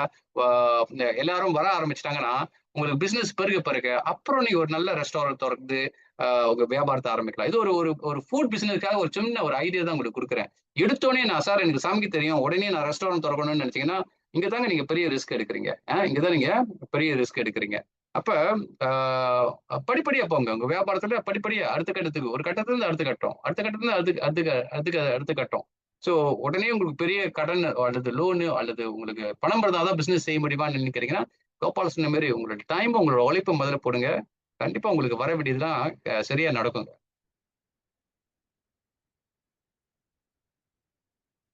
கோபால் மீட் பண்ணியிருக்கீங்க. சுரேஷ், நம்ம கேரி ஆன் நம்ம சப்ஜெக்ட் நம்ம கேரி ஆன் பண்றதுக்கு நம்ம அடுத்த கட்டம் என்னன்னா, இந்த கேஷ் ஃப்ளோ மேனேஜ்மெண்ட்டுக்கும் பிஸ்னஸ் மேனேஜ்மெண்ட்டுக்கும் என்ன சம்பந்தம்? ஏன்னா வந்து பார்த்தீங்கன்னா, கேஷ் ஃப்ளோ சரியான முறையில மேனேஜ் பண்றதுக்கும், இந்த நம்மளோட பிசினஸ் நம்மளோட வியாபாரத்த ஆ ஆ பெருகுபடுத்துறதுக்கும், நம்ம வியாபாரம் வளர்த்துறதுக்கும் நெறைய ஸ்ட்ராட்டஜி தேவைப்படுது. இந்த இந்த கேஷ் ஃப்ளோக்கும், அந்த பிசினஸ் டெவலப்மென்ட் ஸ்ட்ராட்டஜிக்கும் என்ன ஒரு ஒரு சிமிலாரிட்டின்னு நெனைக்கிறீங்க? இது இப்ப ஒரு நாற்காலி பார்த்திருக்கீங்களா? அந்த நாற்காலியில 4 அ க கால் இருக்கும் பார்த்தீங்களா? ஒரு கால் உடைஞ்சுட்டா என்ன ஆகும்? அது நாற்காலியே கிடையாது அது. நாற்காலி கவுந்துரும். அதுல உட்கார முடியாது. அ அதே மாரி தாங்க ஒரு ஆர்கனைசேஷன். ஒரு ஆர்கனைசேஷன்ல அ அ எவ்வளவுக்கு கேஷ் ஃப்ளோ முக்கியமோ, அந்த அளவுக்கு மேனேஜ்மென்ட்டும் ரொம்ப முக்கியம். 4 டிவிஷன் இருக்கு பாருங்க. மேனேஜ்மென்ட் இருக்கு, ஃபைனான்ஸ் இருக்கு, உங்களுக்கு சேல்ஸ் இருக்கு, உங்களுக்கு மார்க்கெட்டிங் இருக்கு. இந்த 4மே ரொம்ப முக்கியங்க ஒரு பிசினஸ்ல. எப்படி ஒரு நாற்காலிக்கு 4 கால் ரொம்ப முக்கியமோ, ஒரு வியாபாரத்துல இந்த 4 எங்களுமே ரொம்ப முக்கியம். இப்ப எப்போதுமே பாருங்களேன், உங்களுக்கு நல்ல கேஷ் ஃப்ளோ மேனேஜ்மென்ட் பண்ண தெரியும். ஓகே. உங்க பிசினஸ் நல்லா கேஷ் மேனேஜ் பண்ண தெரியும். ஆனா ஆள் மேனேஜ் பண்ண தெரியல. உங்களோட ஸ்டாஃப் உங்களால மேனேஜ் பண்ண தெரியல. என்ன ஆகும்? அது ஒரு பெரிய டிசாஸ்டர். உங்ககிட்ட நல்ல ப்ராடக்ட் இருக்கும். ஆனா அந்த ப்ராடக்ட்ட நல்லா மார்க்கெட் பண்ண தெரியல உங்களுக்கு. அதுவும் உங்களுக்கு ஒரு பெரிய டிசாஸ்டரா வந்து விழுந்துரும் பாருங்க. அல்லது உங்கள்ட்ட நல்ல ப்ராடக்ட் இருக்கும், நல்ல மார்க்கெட்டிங் இருக்கும், நல்ல சிறந்த சேல்ஸ் டீம் இருக்காது. எப்ப பார்த்தாலும் வந்து குறை சொல்ற சேல்ஸ் டீமா இருக்கும். இல்ல சார் நம்ம இத இம்ப்ரூவ் பண்ணணும். இல்ல சார் நமக்கு இந்த குறைவா இருக்கு சார். சார் அந்த கம்பெனி பெட்டரா செய்றாங்க சார். இந்த கம்பெனி பெட்டரா செய்றேன்னு சொல்லி இருக்கக்கூடிய ஒரு டீமா இருக்கும். சோ இந்த 4மே ரொம்ப முக்கியங்க. ஒரு பாருங்களேன், இந்த சேல்ஸ் வந்தா தான் உங்களுக்கு காசு வரும். இந்த சேல்ஸ் வராம, அந்த ஃபைனான்ஸ் டிபார்ட்மென்ட்ல இருந்து என்ன பண்ண போறீங்க? கேஷ் மேனேஜ்மென்ட் என்ன பண்ண போறீங்க? முதல்ல கேஷ் வரணும்ல. கேஷ் வரதுக்கு உங்களுக்கு சேல்ஸ் டிபார்ட்மென்ட் நல்லா செய்யணும் பாருங்க. ஆனா இந்த சேல்ஸ் வரணும்னா, இந்த மார்க்கெட்டிங் டீம் இருக்குல்ல, அது வொர்க் பண்ணணும்ல. அப்பதான் லீட்ஸ் வரும். அப்பதான் கஸ்டமருக்கு தெரியும். உங்க பிராண்டிங் தெரியும். உங்க கஸ்டமர் உங்கள உங்கள பத்தி தெரிஞ்சிருக்கும். ஒரு ஸ்ட்ராட்டஜி இருக்கும். அப்பதான் உங்க சேல்ஸ் சரியா பண்ண முடியும். இப்ப சேல்ஸ் பண்ணணும்னா மேனேஜ்மென்ட் நல்லா இருக்கணும்ல. ஆ தலைமைத்துவம் ரொம்ப நல்லா இருக்கணும்ல. தலைமைத்துவமே ரொம்ப வொர்ஸ்ட்டா இருந்துச்சுன்னா, நெறைய நிறுவனங்க கேஷ் ஃப்ளோ நல்லா இருந்திருக்கு, சேல்ஸ் நல்லா இருந்திருக்கு, மார்க்கெட்டிங் நல்லா இருந்திருக்கு. தலைமைத்துவம் சரியா இல்லாதனால, அந்த அந்த நிறுவனமே கவுந்திருக்குங்க. இந்த மாரி நெறைய ஸ்டார்ட் அப் நம்ம சொல்லலாம் கோபா. Yes no. கண்டிப்பா, அ கண்டிப்பா. ஹனி பீன்னு ஒரு ஒரு ஒரு நிறுவனம் இருந்தது. கேள்விப்பட்டிருப்பீங்க. அ ஒரு அ கிராப்க்கு ஒரு போட்டியா வரக்கூடிய ஒரு ஒரு ஃபுட் பாண்டாக்கு போட்டியா வரக்கூடிய ஒரு நிறுவனம். அந்த நிறுவனம் வந்து பார்த்தீங்கன்னா, பெரிய அளவுக்கு வளர்ந்துகிட்டு போயிட்டு இருக்காங்கங்க. ஆனா அந்த நிறுவனம் அ அ விழுந்ததுக்கு முக்கியமான காரணம் என்னன்னு கேட்டீங்கன்னா, ஆ மேனேஜ்மென்ட் மேனேஜ்மென்ட் ஆர்கனைசேஷனோட ஒரு இன்டர்னல் ப்ராப்ளம். அவங்களோட கேஷ் ஃப்ளோ பிரச்சனை இல்ல. அவங்களோட அ மார்க்கெட்டிங் பிரச்சனை இல்ல. அவங்களோட சேல்ஸ் பிரச்சனை இல்ல. ஆனா அந்த அந்த தலைமைத்துவம் சரியில்லாதனால, அந்த அந்த அந்த ஹோல் ஆர்கனைசேஷன் இஸ் கொலாப்ஸ் பாருங்க. சோ இது 4மே ரொம்ப முக்கியங்க. சோ இந்த 4மே ஒண்ணா வந்தா தான் ஒரு ஒரு ஒரு ஃபண்டமெண்டல் ஒரு ஃபவுண்டேஷன் பாருங்க. அந்த நாற்காலி ஸ்ட்ராங்கா நிக்கணும். நீங்க எத்தன கேஜி இருந்தாலும் உட்காரணும்னா, அந்த 4 காலும் ரொம்ப ஸ்ட்ராங்கா இருக்கணும். So it's related. 4மே related. So not only cash flow management. உங்களோட பிசினஸ் மேனேஜ்மென்ட் வெரி இம்பார்ட்டன்ட். உங்க லீடர்ஷிப் ரொம்ப முக்கியம். சில சமயம் பார்த்தீங்கன்னா, பிசினஸ் ஓனர் வந்து அந்த கம்பெனியோட சிஇஓ இருக்க மாட்டாரு. பார்த்திருக்கீங்களா? நெறைய நிறுவனத்துல நீங்க அத பார்க்க முடியும். அவரு சிஇஓ பொசிஷன்ல இருக்க மாட்டாரு. ஒரு மேனேஜிங் டைரக்டர் பொசிஷன்ல இருக்க மாட்டாரு. என்ன காரணம்னு பார்த்தீங்கன்னா, இது ஒரு அனலிட்டிக் இருக்கு கோபால். அந்த அனலிட்டிக் பண்ணும்போது, அ அதுல எப்படி ஐடென்டிஃபை பண்ணுவாங்கன்னா, நமக்கு என்ன திறமை இருக்கு அப்படின்னு நம்ம ஐடென்டிஃபை பண்ண முடியும். அதுல ஒண்ணு வந்து அந்த அனலைஸ் பண்ணும்போது, உங்களுக்கு லீடர்ஷிப் அ அ ஸ்கில் இருக்குதுன்றது ஒரு ஒரு அந்த ரிசல்ட் குடுக்கும். அந்த சர்வே பண்ணும்போது. அப்ப நீங்க ஒரு தலைமைத்துவத்துல இருக்கலாம். அந்த தலைமைத்துவத்துல இருக்கக்கூடியவங்க எப்படின்னு பார்த்தீங்கன்னா, அ அந்த நிறுவனத்துல நடக்கக்கூடிய கிரைசிஸ அவங்களால ஹேண்டில் பண்ணி, அத ஸ்மூத்தா கொண்டுட்டு போக முடியும். ஓகே. சோ அந்த ஸ்கில் இருக்கிறவங்க மட்டும் தான் தலைமைத்துவத்துல இருக்க முடியும். இன்னொரு ஸ்கில் பார்த்தீங்கன்னா, சேலபிள் ஸ்கில். அவங்களால சேல்ஸ் பண்ண முடியும். அப்படின்னா, நெகோஷியேட் பண்ண முடியும். நல்லா பேச முடியும். திறமையா விக்க முடியும். இவங்க எங்க இருப்பாங்கன்னு பார்த்தீங்கன்னா, இந்த சேல்ஸ் அண்ட் மார்க்கெட்டிங்ல இருப்பாங்க. அவங்களுக்கு அந்த கிரிட்டிக்கல் திங்கிங் அவங்களுக்கு இருக்கும் பாருங்க. இன்னொரு நபர் பார்த்தீங்கன்னா, இந்த நெறைய இந்த டாக்குமெண்ட் இந்த அ அ இது ரொம்ப ஆர்கனைஸா இருப்பாங்க. எந்த விஷயம் செஞ்சாலுமே ரொம்ப ஆர்கனைஸா இருப்பாங்க. இவங்கலாம் எங்க இருப்பாங்கன்னு பார்த்தீங்கன்னா, இந்த ஃபைனான்ஸ் டிபார்ட்மெண்ட், ஹெச்ஆர் டிபார்ட்மெண்ட் இருப்பாங்க.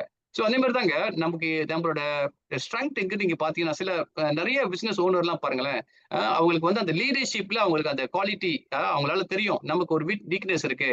அப்ப அந்த இடத்த அந்த இடத்துக்கு தகுந்த ஒருத்தர கொண்டு வந்து உட்கார வைப்பாங்க.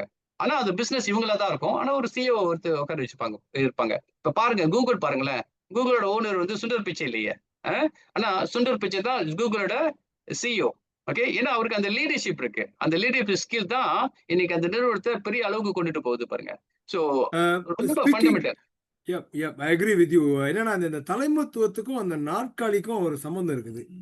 சொன்னீங்கல்ல, இந்த நாற்காலியில கால் உடைஞ்சா என்ன ஆகுன்ட்டு. ஸோ, ஆமா. அதுக்கும் தலைமைத்துவத்துக்கும் என்ன சம்மந்தம்னா, இப்ப பார்த்தீங்கன்னா, இப்ப நீங்க சொன்ன உதாரணம் எல்லாமே வந்து பெரிய நிறுவனங்கள். இதெல்லாம் வந்து பல கோடி, பல மில்லியன்ஸ், அ பி பல பல பில்லியன்ஸ் ஈவன் ஹியூஜ். பட் நம்ம இந்தியர்கள பார்த்தீங்கன்னா, பெரும்பாலானோர் வந்து SME, right? A lot of us are in the SME segment and a lot of us are in the micro segment also. இப்ப நம்ம பார்த்தீங்கன்னா, ஒரு ஒரு ஒரு ஒரு கம்பெனி நம்ம ஆரம்பிக்கிறோம். ஒரு ஆர்வம், ஒரு வியாபாரத்த செய்யணும். இல்லன்னா ஒரு இடத்துல நம்ம சில துறையில ஒரு திறமை இருக்குது. அத நம்ம அ வியாபாரமா மாத்தி, அது ஒரு வருமானத்த உண்டாக்குறதுக்கு நம்ம கம்பெனி ஆரம்பிக்கிறோம். ஆனா, நம்ம எல்லா டிவிஷன்லயும் அந்த 4 நாற்காலி 4 கால்ன்னு சொன்னீங்கல்ல, எல்லா இடத்துலயும் நம்ம எக்ஸ்பர்ட்ன்னு சொல்லிக்க முடியாது. மேபி நான் ஒரு நல்ல ஒரு ஒரு சர்விஸ் புரொவைடர். அந்த ஸ்கில்ல வந்து வெரி ஹை ஸ்கில்டா இருக்கலாம். But I don't know anything about finance. So நான் எப்படி ஃபைனான்ஸ் இது பண்றது? I don't know anything about IT. நான் எப்படி ஐடில செய்றது? ஸோ நீங்க எல்லா டிபார்ட்மெண்ட்டும் நீங்க அவுட்சோர்ஸ் பண்ணிறலாம். ஆனா அந்த ஃபைனான்ஸ்ங்கிறது வந்து ஏன்னா வருவாய், பணம் சம்பந்தப்பட்ட விஷயம். நீங்க தைரியமா வேற ஆள்ட்ட நம்பி குடுக்க முடியாது. ஸோ இப்படி ஒரு சூழ்நிலை இருக்கும்போது பிசினஸ் ஃபவுண்டர்ஸ் இருக்காங்க. பிசினஸ் ஃபவுண்டர் அவங்க வியாபாரத்தையும் கவனிக்கணும். ஃபைனான்ஸும் கவனிச்சுக்கணும். ஆனா, அவங்களுக்கு வந்து அந்த ஃபைனான்ஸ மேனேஜ் பண்ற கெப்பாசிட்டி இருக்கலாம். இல்லாம போகலாம். இல்ல மேபி அ அது சில விஷயம் நம்ம அதுல செய்ய வேண்டியதுக்கு இருக்கலாம். Uh how do you think they can manage this? ஏன்னா தே ஆர் நாட் ட்ரெய்ன்ட். நீங்க இப்ப உங்களுக்கு அக்கவுண்டிங் பேக்கிரவுண்ட். நெறைய பேத்துக்கு ம். அக்கவுண்டிங் பேக்கிரவுண்ட் கிடையாது. எனக்கெல்லாம் அக்கவுண்டிங் பேக்கிரவுண்ட் கிடையாது. அ பட் இன்னொரு அக்கௌண்டனும் ஃபுல் டைமா வச்சுக்கவும் முடியாது. ஸோ இந்த ஃபைனான்ஸுங்கிறது விடவும் முடியாது, நம்மளும் பார்த்துக்கணும். So how to go about this? Very fundamental என்னன்னு பார்த்தீங்கன்னா, பிசினஸ் ரெக்கார்டிங். இதான் நெறைய நான் இந்த இந்த நெறைய எஸ்எம்இ கூட பார்த்து பேசும்போதெல்லாம் கோபால், நம்ப மக்கள்ட்ட இருக்கக்கூடிய மிகப்பெரிய வீக்னஸ் இந்த பிசினஸ் ரெக்கார்டிங். அப்டின்னா உங்களோட பிசினஸ் டிரான்சாக்ஷன் உங்க பிசினஸ ரெக்கார்ட் பண்ண மாட்டாங்க. இந்த புக்ல எழுதி வைக்கிறது, தாள்ல எழுதி வைக்கிறது. 5 வருஷம் ஒருத்தர் பிசினஸ் பண்ணிக்கிட்டு இருக்காரு. இப்ப வந்து லோன் அப்ளை பண்ணணும்ன்னும்போது வந்து சொல்றாரு, "சார் எங்களுக்கு அக்கவுண்ட் செஞ்சு குடுங்க. இன்கம் டேக்ஸ் கட்டுறேன். இப்ப நான் தயாரா இருக்கேன்." அப்படின்னு வந்து சொல்றாரு. அப்ப அந்த 5 வருஷம் ஒரு பிசினஸ் செஞ்ச ரெக்கார்ட்லாம் எங்கன்னு கேட்டா, ஒரு 5, 6 புக் கொண்டு வந்து குடுக்குறாரு. "இதுல தான் எழுதி வச்சிருக்கேன் சார்" அப்படின்னு. சோ இது இல்லங்க வியாபாரம். இப்படி செய்றதில்ல வியாபாரம். இன்னைக்கு உலகம் டெக்னாலஜிய நோக்கி போயிட்டு இருக்கு. நீங்க பாருங்களேன், சீனர்கள்லாம் பாருங்களேன். 99% 1% கூட நான் ஒரு ராலாட்டா தான் வச்சிருக்கேன் தவிர, ஆனா பெரும்பாலுமே 99% அவங்க அப்ளிகேஷன் யூஸ் பண்றாங்க வியாபாரத்துல. அ ப POS uh uh what you call point of sales uh system use பண்றாங்க. அக்கவுண்டிங் அப்ளிகேஷன யூஸ் பண்றாங்க. இப்பல்லாம் நீங்க ஒண்ணுமே இல்லைங்க. நீங்க ஜஸ்ட் கீயின் மட்டும் தான் பண்ணணும். ஆனா அத பண்றதுக்கு கூட நம்ம வந்து யோசிக்கிறோம். அதுக்கு செலவு பண்றதுக்கு கூட நம்ம யோசிக்கிறோம். அப்படின்னா எப்படி நம்ம பிசினஸ் ரன் பண்றதுங்க? நீங்க அதெல்லாம் சரியா செஞ்சாலே போதுங்க. உங்களோட கணக்க ரெக்கார்ட் பண்றதே நீங்க சரியா பண்ணாலே போதும். இப்பல்லாம் வந்து அக்கவுண்டன்ட் கூட தேவையில்லைங்க. அப்ளிகேஷனே செஞ்சு குடுத்துருது. மாச கடைசியில உங்களோட பிஎன்எல் குடுத்துரும். உங்களோட கேஷ் எவ்வளவு இருக்குன்னு அது காமிச்சிரும். நீங்க எதுவுமே பண்ண வேணாம். ஒரு அக்கவுண்டன்ட் இருக்கணும்னு கூட அவசியம் இல்லைங்க. ஒரு அக்கவுண்டன்ட் ரோல்லாம் மாறிடுச்சு இப்ப. ஒரு காலத்துல புக் கீப்பிங்லாம் ஒரு அக்கவுண்டன்ட் பண்ணிக்கிட்டு இருந்தாங்க. ஒரு அக்கவுண்டிங் ஃபர்ம் பண்ணிக்கிட்டு இருக்காங்க. இன்னைக்கு ஒரு சாஃப்ட்வேர் பண்ணிக்கிட்டு இருக்கு. ஒரு அப்ளிகேஷன் உங்களுக்கு பண்ணிக்கிட்டு இருக்கு. இந்த மாரி விஷயத்த கொஞ்சம் இன்வெஸ்ட் பண்ணுங்க. இதுக்கு முக்கியத்துவம் குடுங்க. எந்த பிசினஸ் ஆ சரியா ரெக்கார்ட் பண்ணிக்கிட்டு வரீங்களோ, அந்த பிசினஸ் கண்டிப்பா சரியா போகுங்க. அ எந்த பிசினஸ் அ சரியான வரவுகள், செலவுகள ரெக்கார்டிங்ல பண்ணிக்கிட்டு வரீங்களோ, அந்த பிசினஸ் கண்டிப்பா உங்களுக்கு சரியா போகும். ஒரு வியாபாரியா இருக்கக்கூடிய நீங்க, நீங்க சின்ன பிசினஸ் செஞ்சாலும் சரி, பெரிய பிசினஸ் செஞ்சாலும் சரி, எந்த பிசினஸா இருந்தாலுமே சரி, நீங்க ரெக்கார்ட் பண்ணியே ஆகணும். இப்ப எல்லாமே கேஷ்லெஸ்ங்க. இப்ப எல்லாமே கேஷ்லெஸ். எல்லாமே கியூஆர்ல காசு கட்ட ஆரம்பிச்சுட்டாங்க. கோ டூ த கேஷ்லெஸ் ஆப்ஷன்ஸ். நீங்க கேஷ் கலெக்ட் பண்ணா தானே நீங்க கல்லாப்பட்டியில போடணும். காசு காணாம போயிரும்னு பயப்படுறீங்க. இப்ப எல்லாமே கேஷ்லெஸ்க்கு போயிருங்க. அப்ப ஒரு பாயிண்ட் ஆஃப் சிஸ்டம வாங்கி வச்சுக்கங்க. இப்ப எல்லாமே ஒரு 1000 வெள்ளிக்கு குறைவா தாங்க உங்களுக்கு அதுக்கு தேவைப்படும். ஒரு சின்ன பிசினஸா இருந்தீங்கன்னா, அந்த லெவலுக்குள்ள ஒரு அப்ளிகேஷன வாங்கி வச்சுக்கங்க. ஒவ்வொரு தடவையும் வரவ நீங்க ரெக்கார்ட் பண்ணுங்க. பேமெண்ட் வந்து கியூஆர் கோட்ல ஸ்கேன் பண்ணுங்க. அப்ப பேமெண்ட் எல்லாமே உங்க பேங்க் அக்கவுண்ட்குள்ள போரும். கேஷ் உங்க கையில இருக்காது. சரியா மேனேஜ் பண்ண முடியும். உங்களோட பிசினஸ வந்து இந்த பாயிண்ட் ஆஃப் சிஸ்டம்ல நீங்க ரெக்கார்ட் பண்ணும்போது, ஒவ்வொரு நாளும் உங்களுக்கு தெரியும் வரவு எவ்வளவு இருக்கு, செலவு எவ்வளவு இருக்கு. மாச கடைசியில உங்களோட balance sheet profit and loss account அது காமிச்சிடும். எவ்வளவு உங்களுக்கு இந்த இந்த மாசம் வரவு வந்திருக்கு, எவ்வளவு நீங்க செலவு பண்ணியிருக்கீங்க. ஒவ்வொரு மாசம் உங்களுக்கு அத பார்க்கும்போது உங்களுக்கு ஒரு நல்ல கிளாரிட்டி கிடைக்குங்க உங்க பிசினஸ்ல. இத எப்படி பண்ணிக்கிட்டு இருக்கீங்கன்னு. காரணங்கள்லாம் சொல்றதுக்கு இந்த காலமே இல்லைங்க. ஒரு 10, 15 வருஷத்துக்கு முன்ன சொன்னாங்கன்னா நம்ம சொல்லலாம் கோபால். ஆமாவா இல்லையா? ஆனா இப்ப கண்டிப்பா. இருக்கக்கூடிய காலம் எல்லாமே கை நொடியில இருக்குங்க. நம்ப தேடுற விஷயங்கள் எல்லாமே நம்ம ஃபோன்லயே இருக்குது பாருங்க. இன்னைக்கு இந்த பாயிண்ட் ஆஃப் சிஸ்டம் கூட சேல்ஸ் கூட பார்த்தீங்கன்னா, நீங்க பெரிய மெஷின் கூட வேணாங்க. உங்க ஃபோன்லயே நீங்க எல்லாமே ரெக்கார்ட் பண்ணலாம். இப்ப ஒரு ஒரு ஒரு ஒரு அம்மா கேட்கறாங்க, "சார் நானு பூ தானே வித்துட்டு இருக்கேன். ரோட்டோரமா பூ கடை வச்சிருக்கேன். எனக்கு என்னத்துக்கு சார் அந்த மிஷினு?" அதெல்லாம் தேவையில்லைங்க. ஒரு ஃபோன்லயே ஒரு அப்ளிகேஷன் டவுன்லோட் பண்ணிட்டு, ஒவ்வொரு சேல்ஸும் நீங்க ரெக்கார்ட் பண்ணுங்க. பேமெண்ட் எல்லாம் கியூஆர்ல இப்ப யாருங்க காசு கேஷா கொண்டுட்டு போறாங்க? என் வாலெட்ல கேஷ் இருந்ததே இல்ல இப்ப Gopal. Very hardly I keep cash in a wallet. Right, எல்லாருமே ரைட், அப்படித்தான் ரைட். போறாங்க. கியூஆர் கோடு ஸ்கேன் பண்ணிட்டு காசு கலெக்ட் பண்ண போறீங்க. உடனே உங்க பேங்க் அக்கவுண்ட்ல இருக்க போகுது. அ சோ இதை நோக்கி உங்க பிசினஸ் போனீங்கன்னா, உங்க பிசினஸ் சரியா ஓடும். உங்க கேஷ் ஃப்ளோ ரொம்ப ஸ்ட்ராங்கா இருக்கும். Right, right, right. கண்டிப்பா, கண்டிப்பா. ஆம், அ பல விஷயங்கள் நம்ம இப்ப பேசிட்டோம். And then cash flow I think ஒரு ஒரு புரிதல் வந்திருக்கும். இப்ப இந்த 2 மணி நேரத்துக்கு வந்து நெறைய பேரு நம்ம கூட சேர்ந்து வந்துட்டாங்க. ஒரு 1000க்கு மேற்பட்ட வியூவர்ஸ் நம்மளுகிட்ட இருக்காங்க.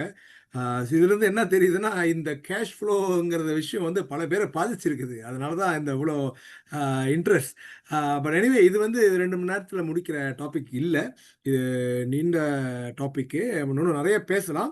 பட் இன்னும் ஒரு 10 நிமிஷம் இருக்குது. நம்ப இந்த இருக்கிற 10 நிமிஷத்துல வந்து நேயர்களுக்கு வந்து ஏதாவது ஒரு நம்ப கேள்வி கேட்கிறவங்களுக்கு ஒரு வாய்ப்பு குடுக்கலாம்.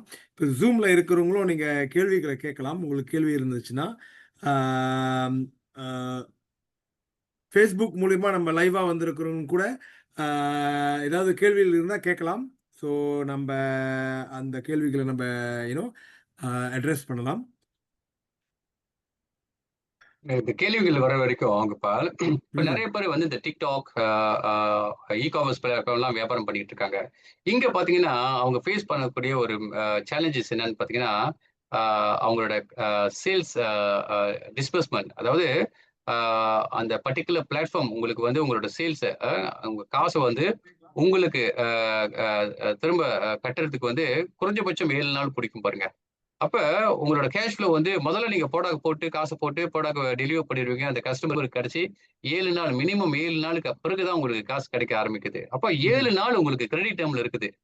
அப்ப ம். உங்களுக்கு வந்து ஒரு நாளைக்கு 1000 ஆர்டர்ஸ் வந்துருச்சுன்னா, உங்க ஸ்டாக் முடிஞ்சு போயிருச்சுன்னு வச்சுக்கங்களேன். ஏன்னா அவ்வளவுதான் காசு உங்கள்ட்ட முதலீடு இருந்தது. இப்ப இந்த 1000 ப்ராடக்ட்ஸ் போயிருச்சு. இன்னும் 7 நாளைக்கு நீங்க பிசினஸ் செய்ய முடியாத நிலைமையில இருப்பீங்க. ஏன்னா பேமெண்ட் இன்னும் வரல. இது நெறைய இந்த இந்த ஸ்மால் பிசினஸ் ஓனர்ஸ் இந்த ஆன்லைன்ல வியாபாரம் பண்றாங்க, இ-காமர்ஸ்ல பண்றாங்க, மார்க்கெட் பிளேஸ்ல பண்றாங்க, TikTokல பண்றாங்க, Shopeeல பண்றாங்க, Lazadaல பண்றாங்க. இவங்கலாம் இத ஃபேஸ் பண்ணிட்டு இருக்காங்க. சார் ரொம்ப லேட் ஆகுது பேமெண்ட். 7 நாள் ஆகுது, 8 நாள் ஆகுது, 10 நாள் ஆகுது அப்படின்னு சொல்றாங்க.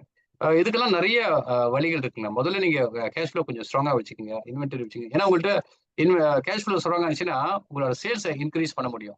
சேல்ஸ் வால்யூம் நீங்க இன்கிரீஸ் பண்ண முடியும். சில சமயம் உங்கள்ட்ட கேஷ் ஃப்ளோ இல்லாதனால தான் அ சேல்ஸ் வந்துரும். பட் ஸ்டாப் பண்ணிருவீங்க. ஆர்டர்ஸ் எடுக்கிறத நிப்பாட்டிருவீங்க. பிகாஸ் சமாளிக்க முடியாது. 7 நாளைக்கு நீங்க வெயிட் பண்ணணும் பேமெண்ட்க்கு.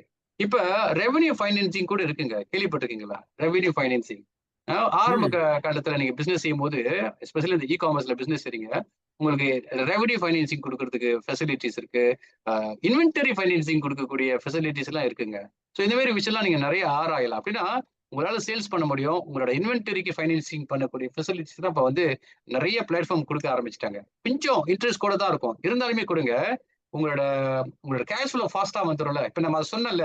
இப்ப உங்களோட அ அ அ கிரெடிட்டர்ஸ்க்கு வந்து நீங்க அ ஏர்லியா காசு கட்டினீங்கன்னா 10% டிஸ்கவுண்ட் குடுக்குறேன் அப்படின்னு நம்ம சொன்னோம்ல. அது வந்து நம்மளோட கேஷ் ஃப்ளோ ஸ்ட்ராங்கா வச்சுக்கக்கூடிய ஒரு ஸ்ட்ராட்டஜி தானே. அதே மாரி இந்த மாரி ஃபைனான்சிங் எடுக்கும்போது உங்களுக்கு ஒரு சின்ன இன்ட்ரெஸ்ட் உங்களுக்கு இருக்கு. ஆ அந்த ஒரு 10 நாள், 7 நாள் நீங்க வெயிட் பண்ணாம இருக்கிறதுக்கு அவங்க முதல்ல உங்களுக்கு ஃபைனான்சிங் பண்றாங்கன்னா, அதுக்கு நீங்க ஒரு ஒரு சிறிய அளவுக்கு நீங்க இன்ட்ரெஸ்ட் கட்டணும்னா, என்ன பொறுத்தவரைக்கும் முதல் ஆரம்ப கட்டத்துக்கு ஒரு நல்ல விஷயம். இது கடன் இல்ல. ஆனா உங்களோட ரெவென்யூ முதல்ல ஆ அ சேல்ஸ் பண்ணிருங்க. காசு 7 நாள் வெயிட் பண்றதுக்கு முன்ன இவங்க உங்களுக்கு முதல்ல காசு குடுத்துருவாங்க. ஓகே.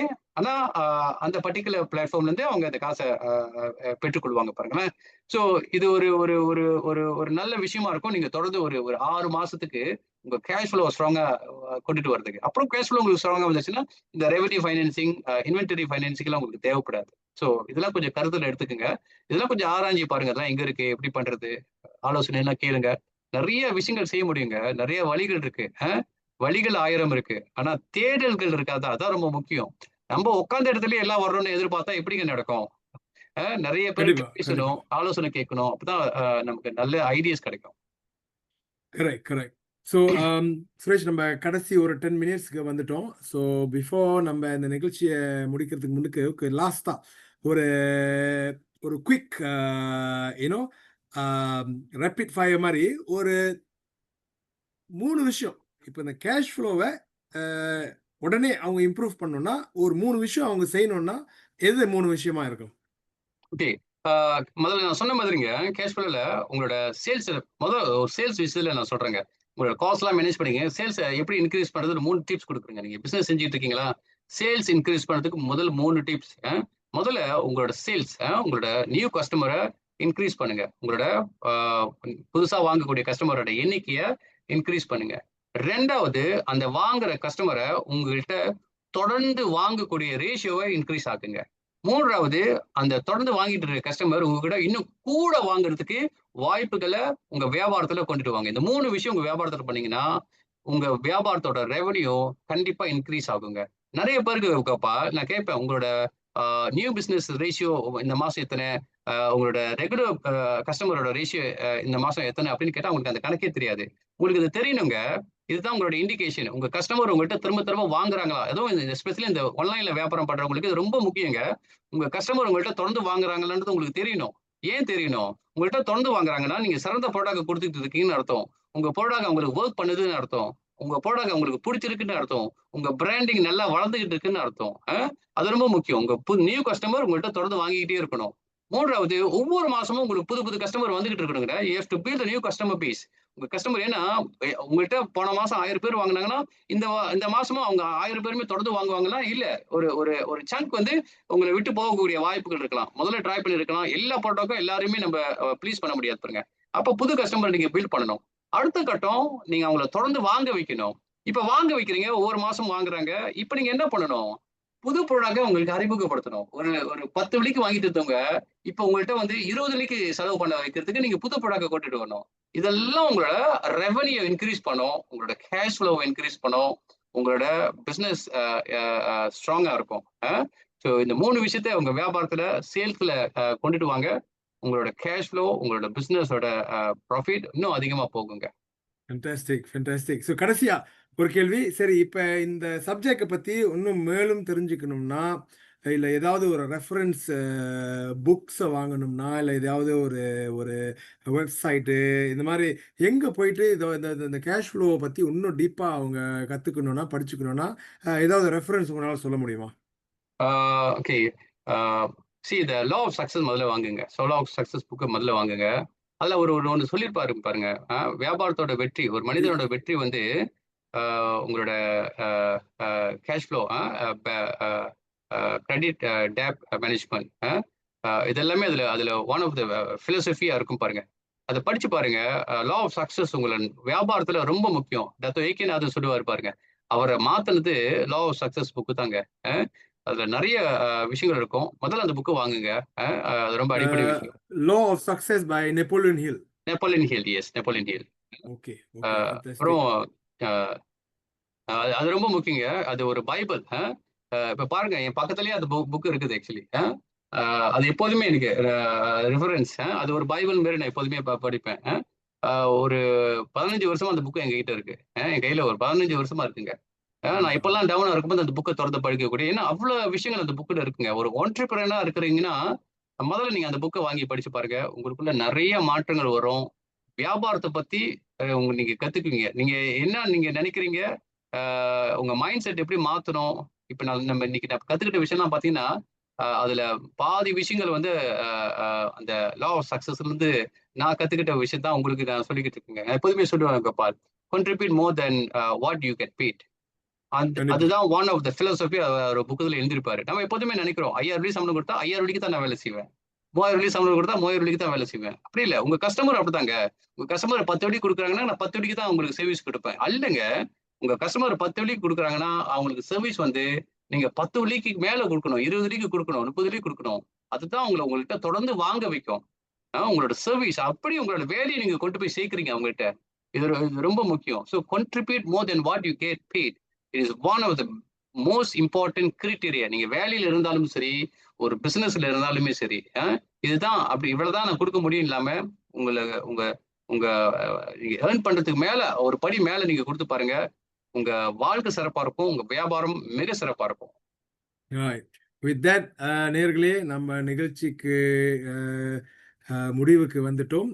இது இன்றைய நிகழ்ச்சியின் முடிவு. வாரந்தோறும் புதன்கிழமை மணி 8லிருந்து 10 மணிக்கு புது புது வியாபாரம் சார்ந்த தலைப்போட உங்களை நேரடியாக சந்திக்க இருக்கின்றோம். நம்மளுக்கு ஒரு 10 coach, subject matter expert in various aspect in technology, in management, into business, into finance, into taxation, into digital transformation, into digital marketing. பல இண்டஸ்ட்ரி எக்ஸ்பர்ட்ஸ் இருக்காங்க. ஒவ்வொரு வாரமும் ஒவ்வொரு தலைப்போடு உங்களை சந்திக்க காத்திருக்கோம். உங்களோட ஆதரவுக்கும் நம்ம ரொம்ப எதிர்பார்த்துருக்கோம். அத்துடன் நிகழ்ச்சி முடிவு வருகிறது.